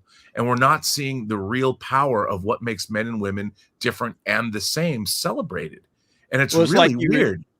Well, it's like the current theme seems to be to masculinize women and to feminize men just in general society. So when you talk about how are they going to appeal to the modern audience, they're going to appeal to the quote unquote modern audience, I should say, The same way they try to do it out there in the world and society. It's like, okay, women need to step it up and be more masculine. And so you get these masculine characters, which is, it's not going to work in the story. We're not going to, gravitate to that. That's not something that's going to work especially for Star Wars fans, because that's not what we grew up with. That's not what, made Star Wars great. And so you got to tap back into what Star Wars was. And I just don't think they understand it. Kathleen Kennedy is trying to push her agenda. And it's clear. It's clear that she has an agenda. It's clear that she stated this several times. So it's clear that so it's at just this corporate. point in time, it's like, okay, it is what it is. I feel like, to answer your question, Alan, is this going to, is turning Star Wars from a girl brand or boy brand into a girl brand going to destroy the franchise? I think it's already done that. I think we can see the evidence of it. Who's looking forward to the Acolyte? Show of hands. Anybody looking forward to the Acolyte? Everybody excited about the Acolyte? The trailer is getting absolutely destroyed right now. Yeah, we'll go over the Acolyte in the and also just to bring it back to what Chris Gore said. Yes, Star Wars was a boy brand. It always was a boy brand. But guess what? So was most of Geek Fair, right? Look, when I went to my weekly comic book store when I was, younger, nothing but guys in there. Yeah. Nothing but guys. Every now and then you get one girl who accidentally comes in to use the bathroom, right? But there was no women going into comic book shops, right? Not on the level that we were. They weren't buying action figures. They weren't, buying the Star Wars lunch pails and the Star Wars blankets and the Star Wars, underwear. It was like it's always been a guy's brand, right? And so has most of Geek Fair for the most part when it comes to superheroes, action movies or whatever. It was always a male thing. And what they're trying to do now is, and I think it's because of the rise of the geek girl, right, which came along fairly recently, probably like I say right after G4 went off the air is when the rise of the geek girl anime gaming. It started with anime, like things like Sailor Moon or Neil Gaiman's Death. Exactly. And that's when it got big. And that's when these new execs are like, hey, girls are into this stuff too, on the same level that guys are. So let's target to them. And that was false. That was false. Yeah. Women are not into this stuff the way that we are. I'm not saying that all women aren't. I'm saying that not to the level that men are. And the fact that Disney is going away from it being a boys brand, Chris is right. It's going to be their downfall. Yeah, it's rare for women to like this stuff, but they can be attracted to sci-fi genre and things because of the stories. That's the thing. They never try to exclude women or girls from liking this at all. So when women and girls did like Star Wars, but because it was really good stories and nowadays it's just they're so lazy. They don't want to create good stories for these characters anymore. It's just they want to check a box and they don't care about what story are we trying to tell. It's not a complex, and now the strong female character is just becoming even actresses are deriding that because they know that it's just a lazy trope now, that they don't really care about putting the work and care and thought into crafting a complex, multifaceted character and thinking about their motivations and story and journey. They're just we put a woman in it, so it's fine, and just pump it out like an assembly factory. Because the first thing they do is strip away the woman's femininity. That's the first thing they do. Well, they did. All they did was let's cut the balls off this person and put him over there onto the woman, and let's sew him up. What Nerd Cookie was saying, to finish that thought, because I loved what she was saying, is the fact that they no longer care about telling the story. They only care about who's telling the story. Right. Look who we got. Look at Amazon. Pandering isn't working. Obviously, it's not. Because you can't sell anything. It's what are you selling? Hey, look, Amazon for their second season. The first thing they said is, we're going to get all female directors. That's it. They didn't say, do they have experience? Do they love fantasy? Do they know? No, 5 female directors. Okay. Because it's a marketing angle. The whole idea with marketing, especially in the 21st century, is they say, okay, this is our market. This is where we reach. This is our market share. Where are we not selling? And then they're like, oh, we're not selling in that area. Well, we should start marketing to them. Completely forgetting the fact that you actually don't market directly to that area. What you do is you market to your base so well that they actually bleed over into that area through word of mouth. That is the most effective way to do it because you stabilize your brand. But we don't have marketers like that anymore. We don't have them as ambitious anymore. We have them basically saying, well, what do the statistics say? This is a gap. What do they like? Okay, we'll take what they like and we'll apply it to our thing, and we'll be able to sell them as well, completely forgetting that the very things that they like are probably antithetical to what made the brand valuable in the first place. Well, it Right. goes back to also another point where I don't know if maybe they do, maybe they don't, but Hollywood doesn't seem to understand the general audience. They don't understand what's going on out there in the marketplace in terms of if you're trying to have a big hit, you need to appeal the broadest way possible, and limiting Star Wars, especially Star Wars, to focus on the female characters and not focus on the storytelling, the mythology, the brand itself. It's like they don't really understand what people liked about Star Wars to begin with and how to capitalize on that. It's like they want to put something out there that's Star Wars related, but they don't really understand the franchise. They don't understand what made it tick. Like I said before, there's 1,001 different types of stories that are out there. Star Wars somehow reached the pinnacle of all of that. How? Why? What made Star Wars stand out, apart from everything else? Even some of those things that George Lucas took inspiration from, Star Wars eclipsed all of it. And it's like they don't really get it. It's like, all right, well, how did this happen? They can't get it because they're in a bubble. The whole reason why studio executives reach out to writers and reach out to younger talent is because they're relying on them to actually do the research of what the audience wants. The problem is that the data can be easily skewed with the readers and the Ivy League assistants that are coming straight out of school that are going into high executive positions. They use their statistics and education to say, we know what the audience wants. But for decades, it's always been the screenwriter writes a spec script because they find a story that they think audiences are going to like, that they also like. And then they move that around. And if it gains traction, the studios are like, oh, this guy's got his finger on the pulse. This is the type of movie people like. I'm going to do some open writing assignments for other things of this movie. We don't have that infrastructure anymore. It's gone. It's been replaced. And the sad part is that a lot of the writers that especially like myself, they're actually getting our emails and phone calls returned to, which we weren't for the last 6 years, are the ones that are saying, yes, we know what we have, interesting stories that we love, that we think audiences are going to like. And they're really excited by it, but they're also very apprehensive because the stuff that we're pitching to them doesn't fit the data points that they have been told for the last 6 to 8 years. So now we have to break that.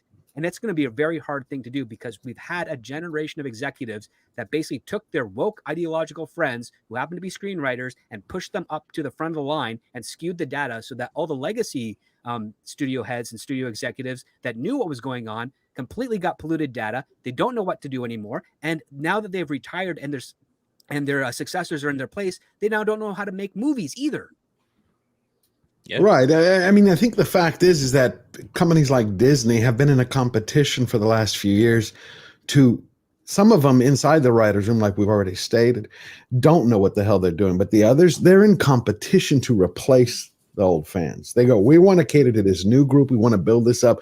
And I think they've been in that race before they, let's say, run out of enough money.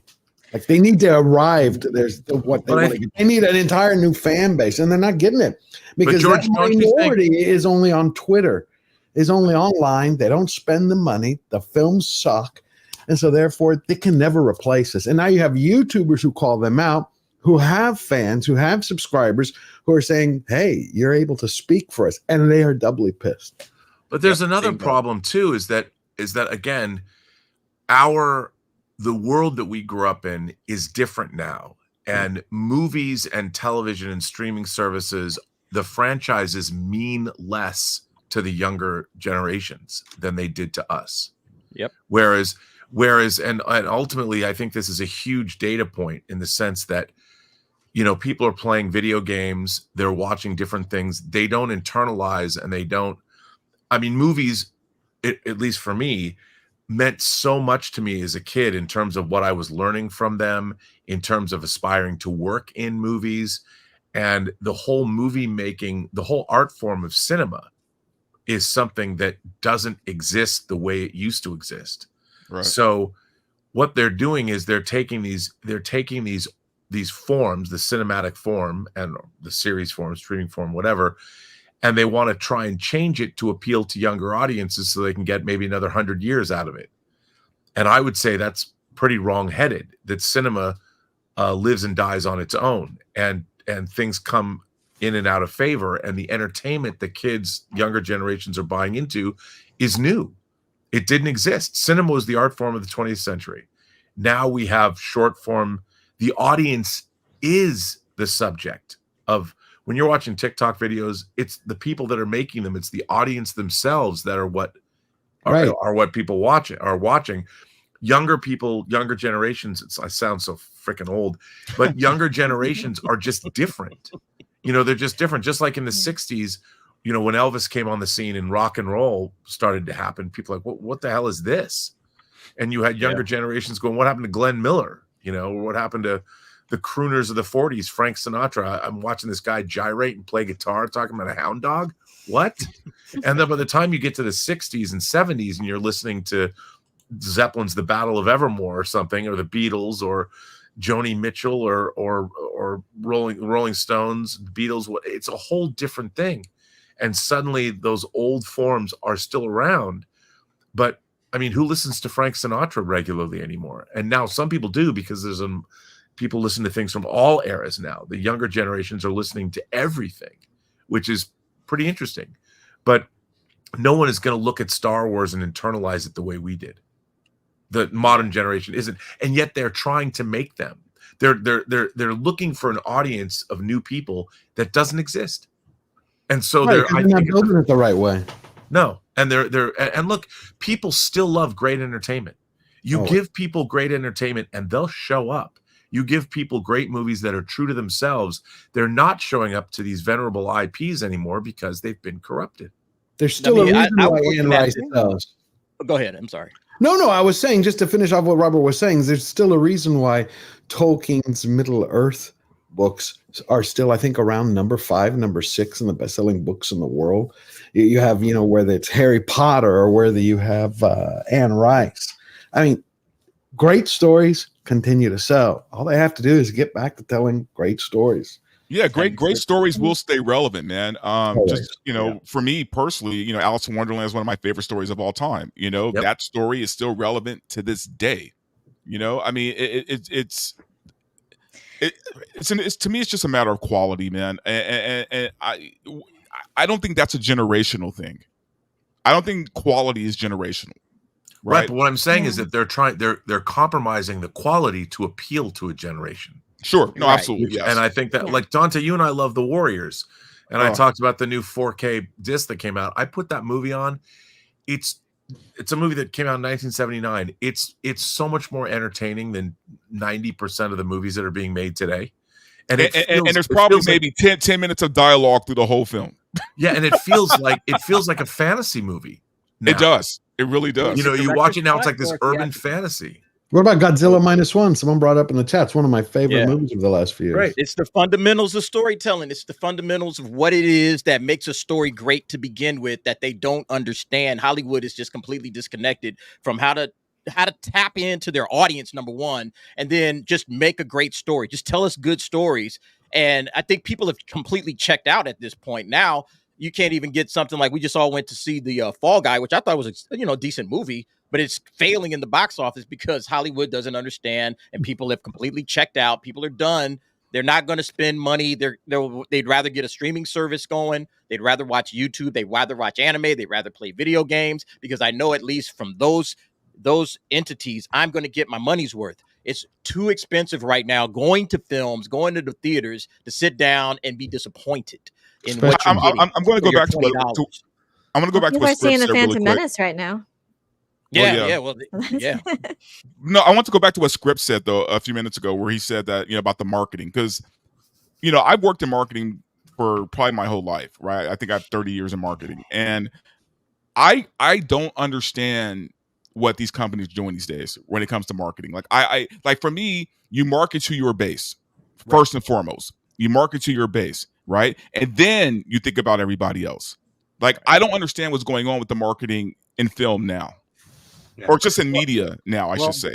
I'll tell you, this generation has stories. The problem is we don't know what those stories are, and Hollywood. Neither do they, apparently. But Hollywood insists on taking the old stories and making it appeal to this generation, when what you really should be doing is understanding this generation, what their stories are, and then tell those stories. But I think you've just got to understand storytelling. Like, stories have been told throughout the millennia.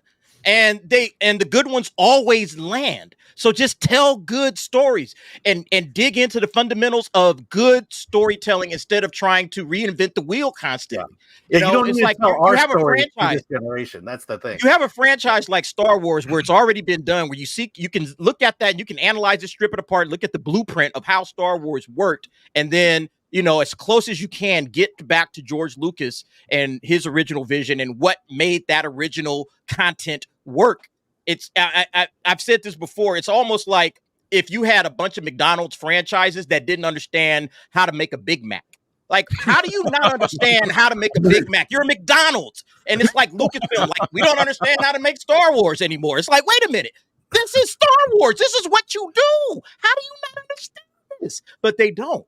And they don't understand the fundamentals of good storytelling. That's the biggest problem. You're right. You can't be making stories when you're focused on, hey, what's my pronoun? Yeah, and that's the problem. Is we don't understand this current generation, and they don't understand themselves though. True. They don't. And the only movie that kind of reflected the current generation. Did any of you guys see 8th Grade? It's an indie film. A long time ago. Yeah, that was the closest I think that actually touched on to what that generation was, because it's about like a girl that's a little shy, but she has a YouTube channel where she's trying to encourage people to be, outgoing. And we explored that, and I thought this is kind of authentic. This sounds like some of my god kids when they were that age. But where's that next step? Where's the teenager? Where's the teenage rom-com or the young adult college rom-com? We don't have any of those anymore. Where's the non-binary body heat? Yeah, non-binary body heat. We don't have any of that anymore. And the other part too is that comedy, by and large, has been the most written screenplay circulating Hollywood, but the least produced in the last decade. Yeah. And that's telling. And the reason being is that studios look at Hollywood as a global market now, and comedy is very much a domestic product. Yeah. And the fact that they're not investing in it, and the fact that I've known tons of producers that are killing just to get back to the $5, $10, and $15 million movies, and they all want to do comedies, but finding the financing for that is a pain in the butt. Yeah. Well, is that, and also they don't want to offend people, right? Like comedy has become soft, it's become generic. Some people don't want to offend. I know producers that are balls to the walls willing to offend people. They don't care. They just want to make them laugh. But the thing is, it's the investors too. It's the people that have the money that maybe don't want to offend people because they're worried they're not going to get their money back when people, boycott the movie because it has an offensive joke in it. Because no one's talking about the roast of Tom Brady from over the Oh God, that was comedy is dead. That was right. They don't want to offend. That's the reason, because comedy is full of landmines, and it takes one landmine to go off to destroy the entire comedy film. But you know what, Norman Lear, when he was making All in the Family, he said, there was a quote, I'm trying to remember it. He basically said one of the purposes that comedy serves is to look at all our flaws in our humanity that we all have in common, and then to make everyone have thicker skin. He goes, that's it. He goes, it's to make strong people, to give you a good time to laugh at, to get thick skin. But it's what we have in common. I mean, I was like that. I always thought that was brilliant. Seinfeld said it last week. He goes, you can't do proper comedy anymore because you have a committee who turns around and says, oh, you can't do this. There's a gate here. Oh, you can't do this. He goes, you can't do comedy that way. Yeah, I'm sorry, you got guys, people that are really quickly. Everything. Really quickly, I have to take off. So I just want to say, it was great hanging out with you guys and talking to you. I got a show to do like right after this, so I gotta plug your stuff. Yes. So VRL, Verbal Riot Live is going live at 5:00 today. DA is going to be on my show today, which is looking forward to that. We're going to be talking about this topic. We're going to be talking about the casting for the X-Men and the rumors that we've heard. We're going to be talking about Helldivers 2 and all that good stuff. And we're going to be talking about Jerry Seinfeld's comment about comedy. Awesome. So, if you guys, right after Versus, if you got some free time, come check me out. And Oh, yeah. Right, Alan, I also have to go if you saw in the private chat.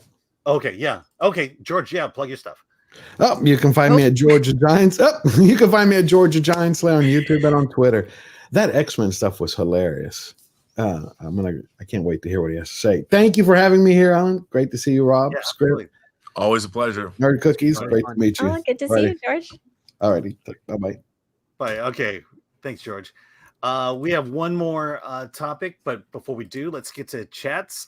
From Tango Bang, I think Kathleen Candy hired agents to spike Chris Score's drink in Vegas because of that tweet. Rumors, just rumors. From Finch Harper, where is the pink Millennium Falcon? Yeah, it's bound to come. MK Solid 82. I've been on dates where you cannot even dare mention science fiction or Star Wars. Regular women don't give a damn. I can tell you the women in my house don't give a damn. From Bill S. Preston Esquire, Star Wars is a big story universe. We can make stories that are more directed at women, but it shouldn't be a surprise if guys like them too. Absolutely.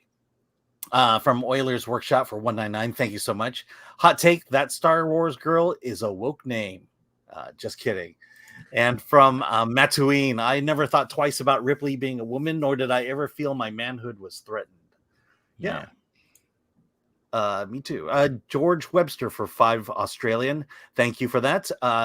Disney Star Wars and Rebel Moon make the Phantom Menace look like Citizen Kane. And then Shinatsky for $2. Hey Shinatsky. By this point, Star Wars is a zombie eating itself. Yeah, it's getting there. Well, wait till we talk about the Acolyte. For Warren B for $5. I feel like South Korean entertainment has been doing what the West is failing to do right now. I will say that South Korean entertainment is the closest thing to American entertainment coming out of Asia. It's great stuff. It is because they're true to their stories. Mm-hmm. Yeah, and it's like they studied us. All right, from Hagee, they can't make new stories. They're unable to come up with new ideas. Yeah, and I think they're risk averse as well. That's a big part of it. Yeah. Oliver Lavery Farag for 10 British pounds. I don't understand the amount of reshoots that are happening at the moment.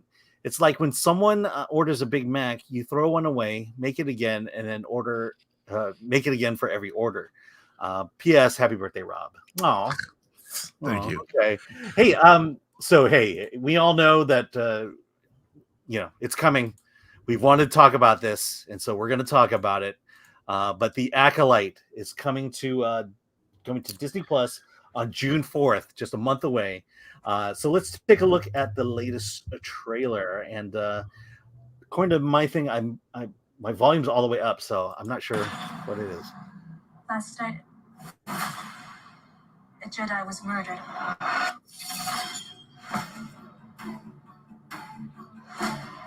The Jedi justify their galactic dominance in the name of peace. But that peace is a lie.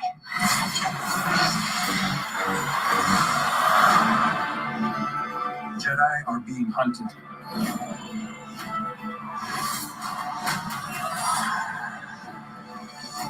She was my student. I trained her. Let me be the one to bring her in.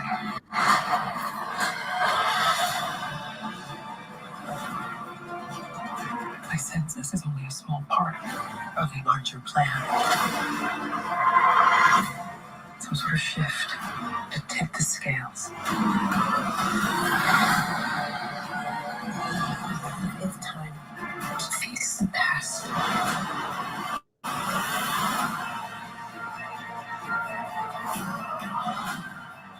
Destiny is not decided for you by an anonymous force. If you want to pull the thread and change everything, then pull it.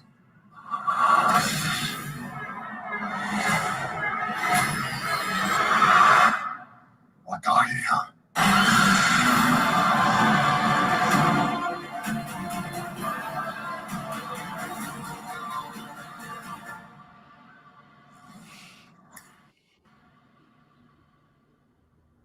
Wow. If you want to pull the thread and change everything, then pull it. Oh, sorry. There we go. All right. Let me quickly go through. Sorry. Why can't I get this? Sorry. It's to show how nationwide is America's #1. Okay. Let me also bring up this article. This is from StarWars.com. And It is an article interviewing Leslie Headland. Darkness rises in the Acolyte final trailer. The mystery of the Acolyte deepens with 1 month left before the premiere on Disney Plus. Series shed some light on the terrifying figure carrying a red-bladed lightsaber. But beyond the intrigue and fearsome visage, glimpsed in the final moments, showrunner Leslie Headland is tight-lipped about the newcomer. She says this, I'll say this, that they is my favorite character, Headland tells StarWars.com. And then it just kind of goes on. Another article describes it as the bringing in of the witches versus Jedi. We've seen this. We're all waiting and bated breath for the upcoming Acolyte. What are your impressions of the Acolyte? I want to be clear. She said they're my favorite character. Yes, yeah, but you know the doesn't want to give away the gender. Yeah, that implies maybe a singularity instead of plurality. Possibly, I don't know. Yeah, I just want to be clear. Yeah, they said there, but it's one person. It could be the villain. It could be the Asian guy that trained her. Who knows? No, she's talking about May. She's absolutely talking about May. It could be another fart in the wind, like the shadow monster in Ahsoka. Who knows? Yes, meaning absolutely nothing.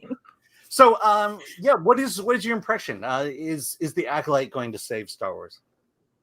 It doesn't show us anything new, and I don't even understand why the O is like offset or like there's two of them layered on top of each other. That grammatically it bugs me.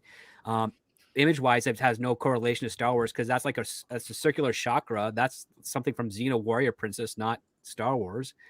And they don't understand the concept of what Jedi are, and unfortunately, they're piggybacking off of a big mistake that George Lucas made when he made the Jedi an actual physical council and a governing body within themselves associated with the Republic, as opposed to nomadic journeymen that travel the galaxy and solve problems like like the Man with No Name or MacGyver or something of that nature, which is far more interesting and far more mysterious. So we've now got a society that's basically fighting with itself. And I'm like, yeah, I've seen that done better in other franchises. It's boring. There's nothing that intrigues or excites me. It doesn't even look like a space opera, a classic space opera adventure, which is what they really should be striving to emulate if they want to, steward George Lucas's creation. But I feel such scorn towards the Jedi, and I feel that. I feel such derision. There's nothing like really adventurous that really excites me, and it looks poorly made. It looks cheap, and there's not also the lines, the dialogue. Like, what does this mean?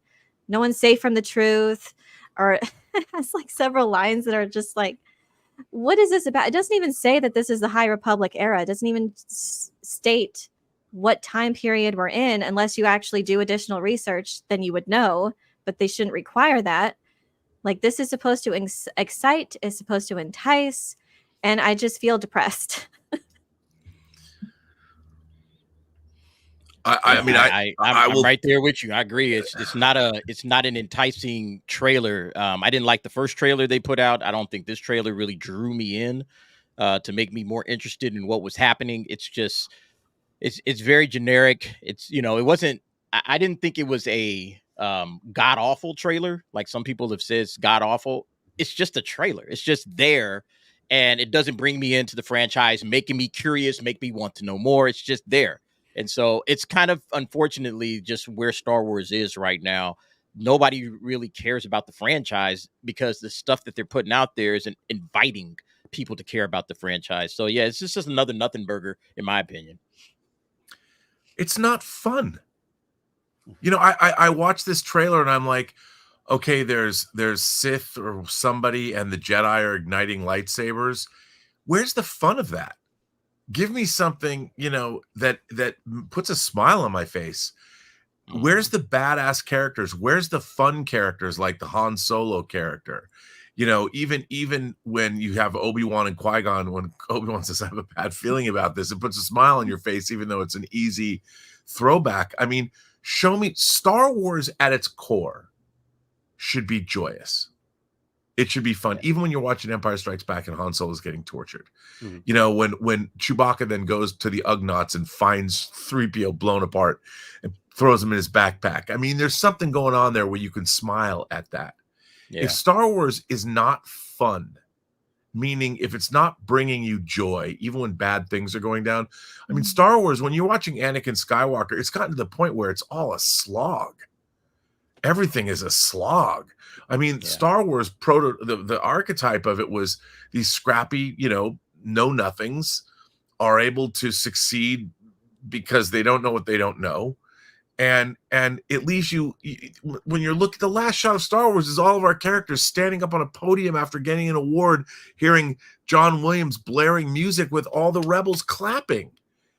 And that's the stuff that's inviting you in. To me, that's what invites you in, right? The fun, the excitement, the adventure of Star Wars. But then you come back and say, okay, but there's some deeper storytelling, and that's great. But bring me in with the fun. That's what the trailers, in my opinion, should bring back. It's like, okay, let me have fun. I mean, Star Wars opens, you got the blockade runner being attacked by a much bigger starship. And the first thing you hear is, did you hear that? C-3PO, this goldenrod, this droid and his astromech companion that we've never seen before. But when you're seeing this for the first time, they've shut down the main reactor. There'll be no escape for the princess this time, and immediately you're getting all this stuff, and there's a huge smile on your face, like, and he's beep boop, beep, what? Who are these people? And you got rebels running around all over the place while the ship is coming in, and these guys are coming in to attack. And as the laser beams are flying, R2 and 3PO go right through the center of the corridor. That is a hard tone to maintain, but your smile is all the way across from ear to ear. And that was Star Wars. And I'm sorry, but now it's become so self-important. It's so up its own ass. I'm so tired of it. And I watch this and I'm like, am I supposed to be like, ooh, shit's going to go down? Shit went down in Star Wars and I enjoyed myself the whole time. Yeah, it's interesting. I brought my daughter to a comic book store yesterday. Actually, she dragged me into a comic book store yesterday. And it wasn't necessarily the comic books that she was interested in. It was the posters. It was the pictures, and that's kind of what I felt like watching the Acolyte trailer there. That all they're showing me are pretty pictures.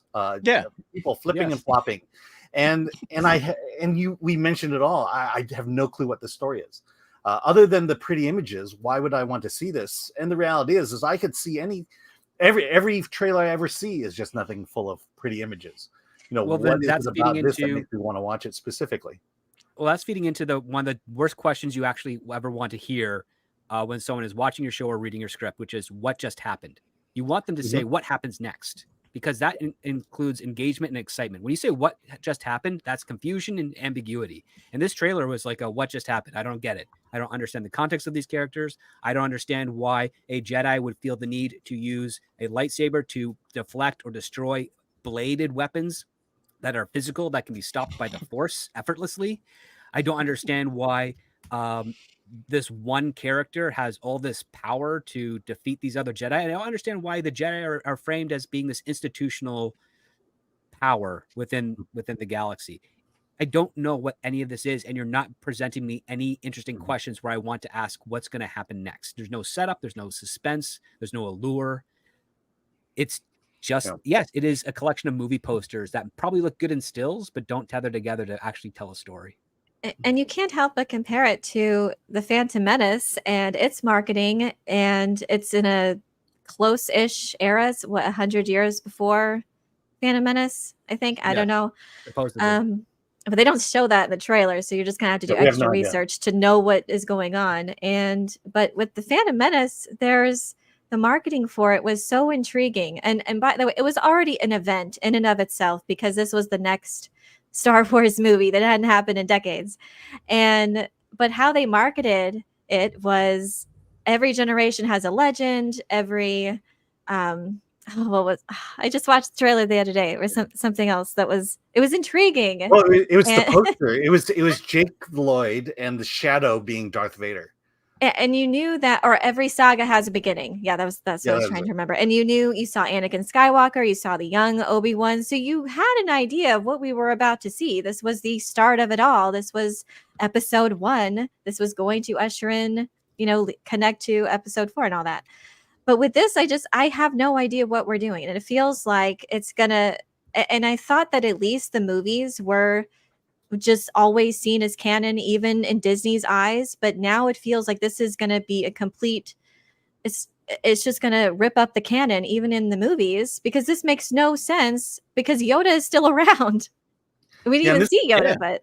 Why didn't they put Yoda in the trailer? That's what I was wondering. But like, Yoda knows there's Yoda Jedi being murdered, and well, you don't need characters anymore. You just need lightsabers rattling around. That's, you do.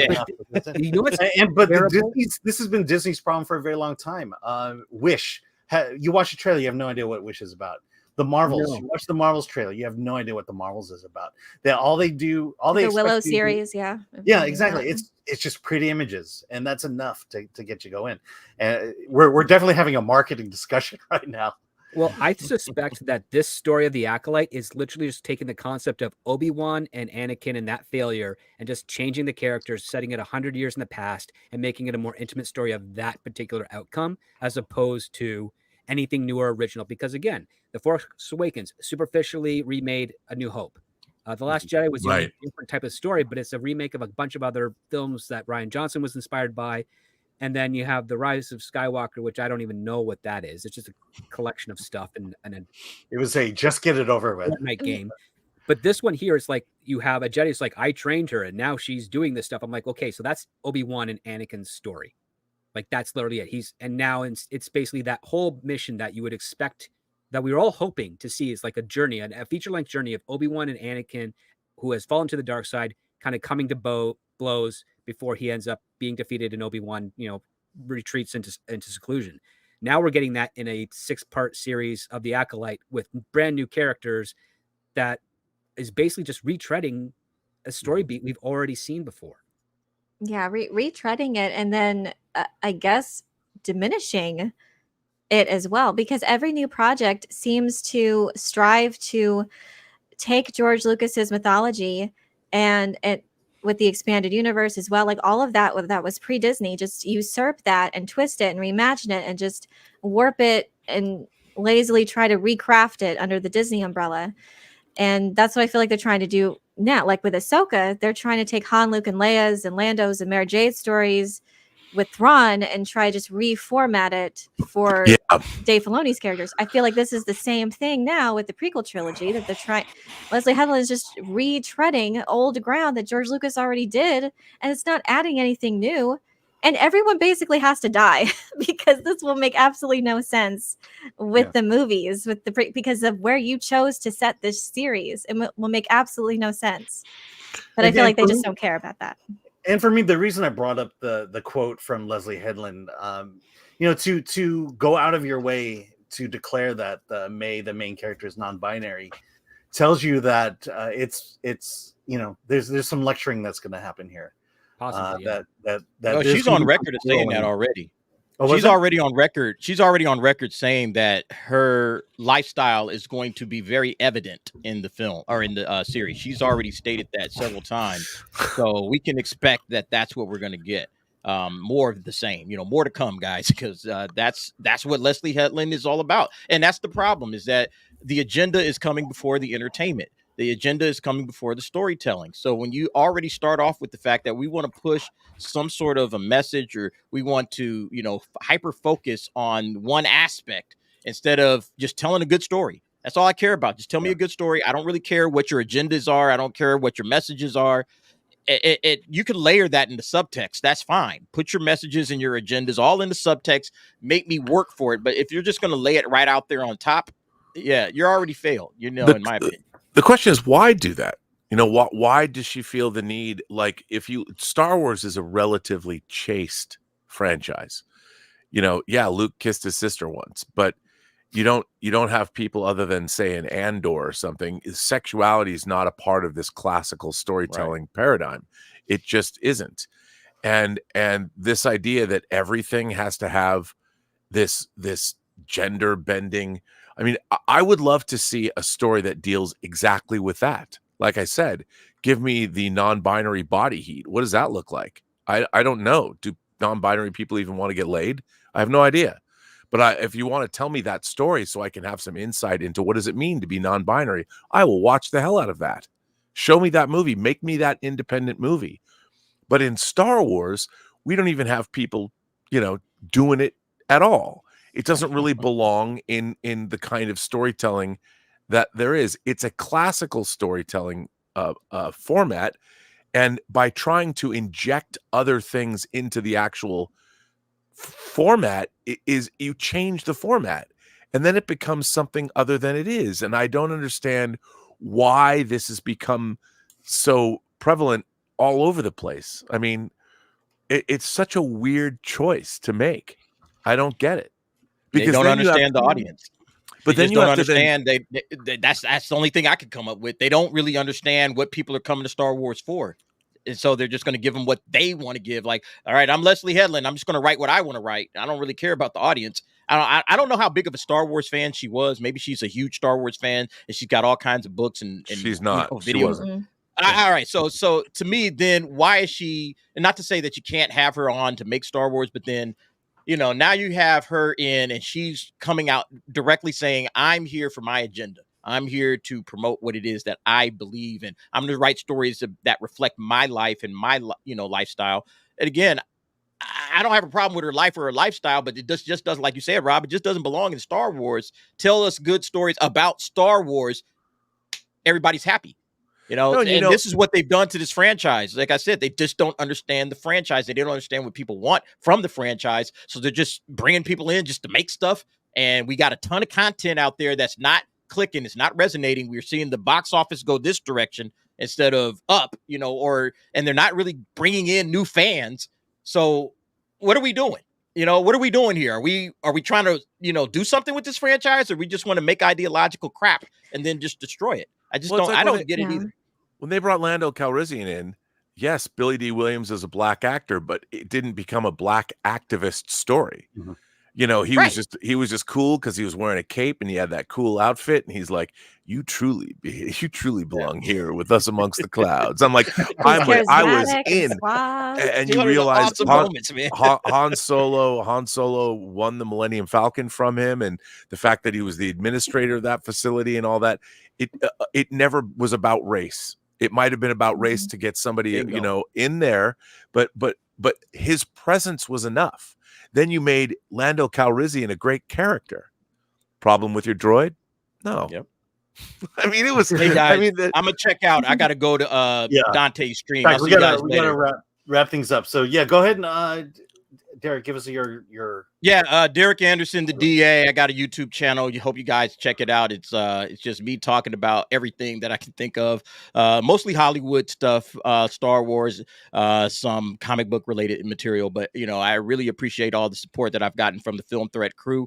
Thank you very much, Alan and Chris Gore, for constantly inviting me here. It's helping out a lot, so I appreciate it. You guys take it easy, and I'll see you next time. All right, thanks. All right, we're gonna go through chats and stuff and wrap this thing up. From Ken Do for €10. Get well soon, Frank. Frank is doing very good, very well. And I don't have anything to announce, but sooner than later. That's probably the best thing I can say. From Bill S. Preston, Esquire, from the studio that brought you crap, poop, and oh my God, what is that thing? Exactly. Patrick Lemire, 5 stars from the Mary Sue, no doubt. From John Thomas, tear down the Jedi. Sith were just misunderstood. Davina Duckworth, generic lines are generic. Yes. And they sound good when you're high. Yeah. Let me see. I'm going to just skip some of these from Byron B. I still remember the chill I got when Luke faced Darth Vader on Bespin, Cloud City. But you are not a Jedi yet. Yeah, and then C-3PO blown apart. I mean, that was a big one for me. Red French Moon, the Acolyte, the plot. Jedi is that institution to destroy. The baddie is right and misunderstood. She's going the wrong way, and it's Falcon and Winter Soldier plot. I mean, do you think she'll remain the bad guy at the end of the show? She'll be the one that trained Palpatine. Yeah. From Jason Webster for 2 Australian. Thank you for your support. Continuity. Disney hates and defies logic. Yep. So we're gonna end the show. Let's everyone go around, give us your socials, your plug away. Nerd Cookies, go for it. Well, just want to begin by saying that Chris Gore was right. That was the Disney's problem was when they turned into the girl brand. So he was right. But I just want also, you can find me here on YouTube on Nerd Cookies. I cover sci-fi and fantasy news and lore. I've been covering a lot of Dune lately, but also other projects, Battlestar Galactica, Babylon 5. So you can, hopefully you'll find something there that you like. And you can find me on Twitter and all the socials at Nerd Cookies. Great. Script.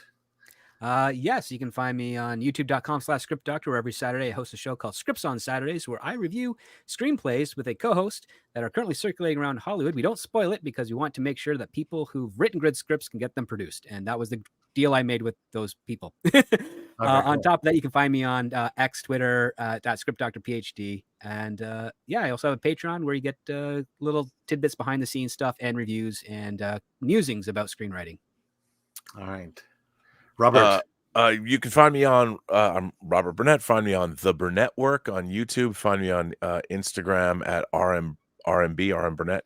And I am all over social media, but I'm also about to launch a crowdfund campaign for our 10-part audio drama called True Noir from the Nathan Heller casebooks. And it's written by Max Allan Collins, who wrote the book that Road to Perdition is based on, and it's based on his 19-novel series of detective novels about a character named Nathan Heller. So check that out. It's going to be fully immersive, 5.1 Dolby Atmos, and when you start to hear who's actually in it, I think you'll be very surprised. All right. Well, thanks for that. I'm Alan Ning. You could see my reviews along with the staff of Film Threat over at filmthreat.com. Wednesday, we have a special guest for Hollywood on the Rocks. Epic Mike is going to join us. And we're going to talk about the movie industry, some interesting things, news coming up, and then and also give you a little review of Kingdom of the Planet of the Apes. On Friday, Dante James will be back. Rebel Riot. We'll talk about Kingdom of the Planet of the Apes, and also Not Another Church Movie starring Jamie Foxx. So that's this week. And like I said, Chris is getting better. He's getting stronger. And thoughts and prayers, and he will be back sooner than later. So keep joining in. And with that, thanks for joining Versus. And you're all great. And with that, let's get out of here.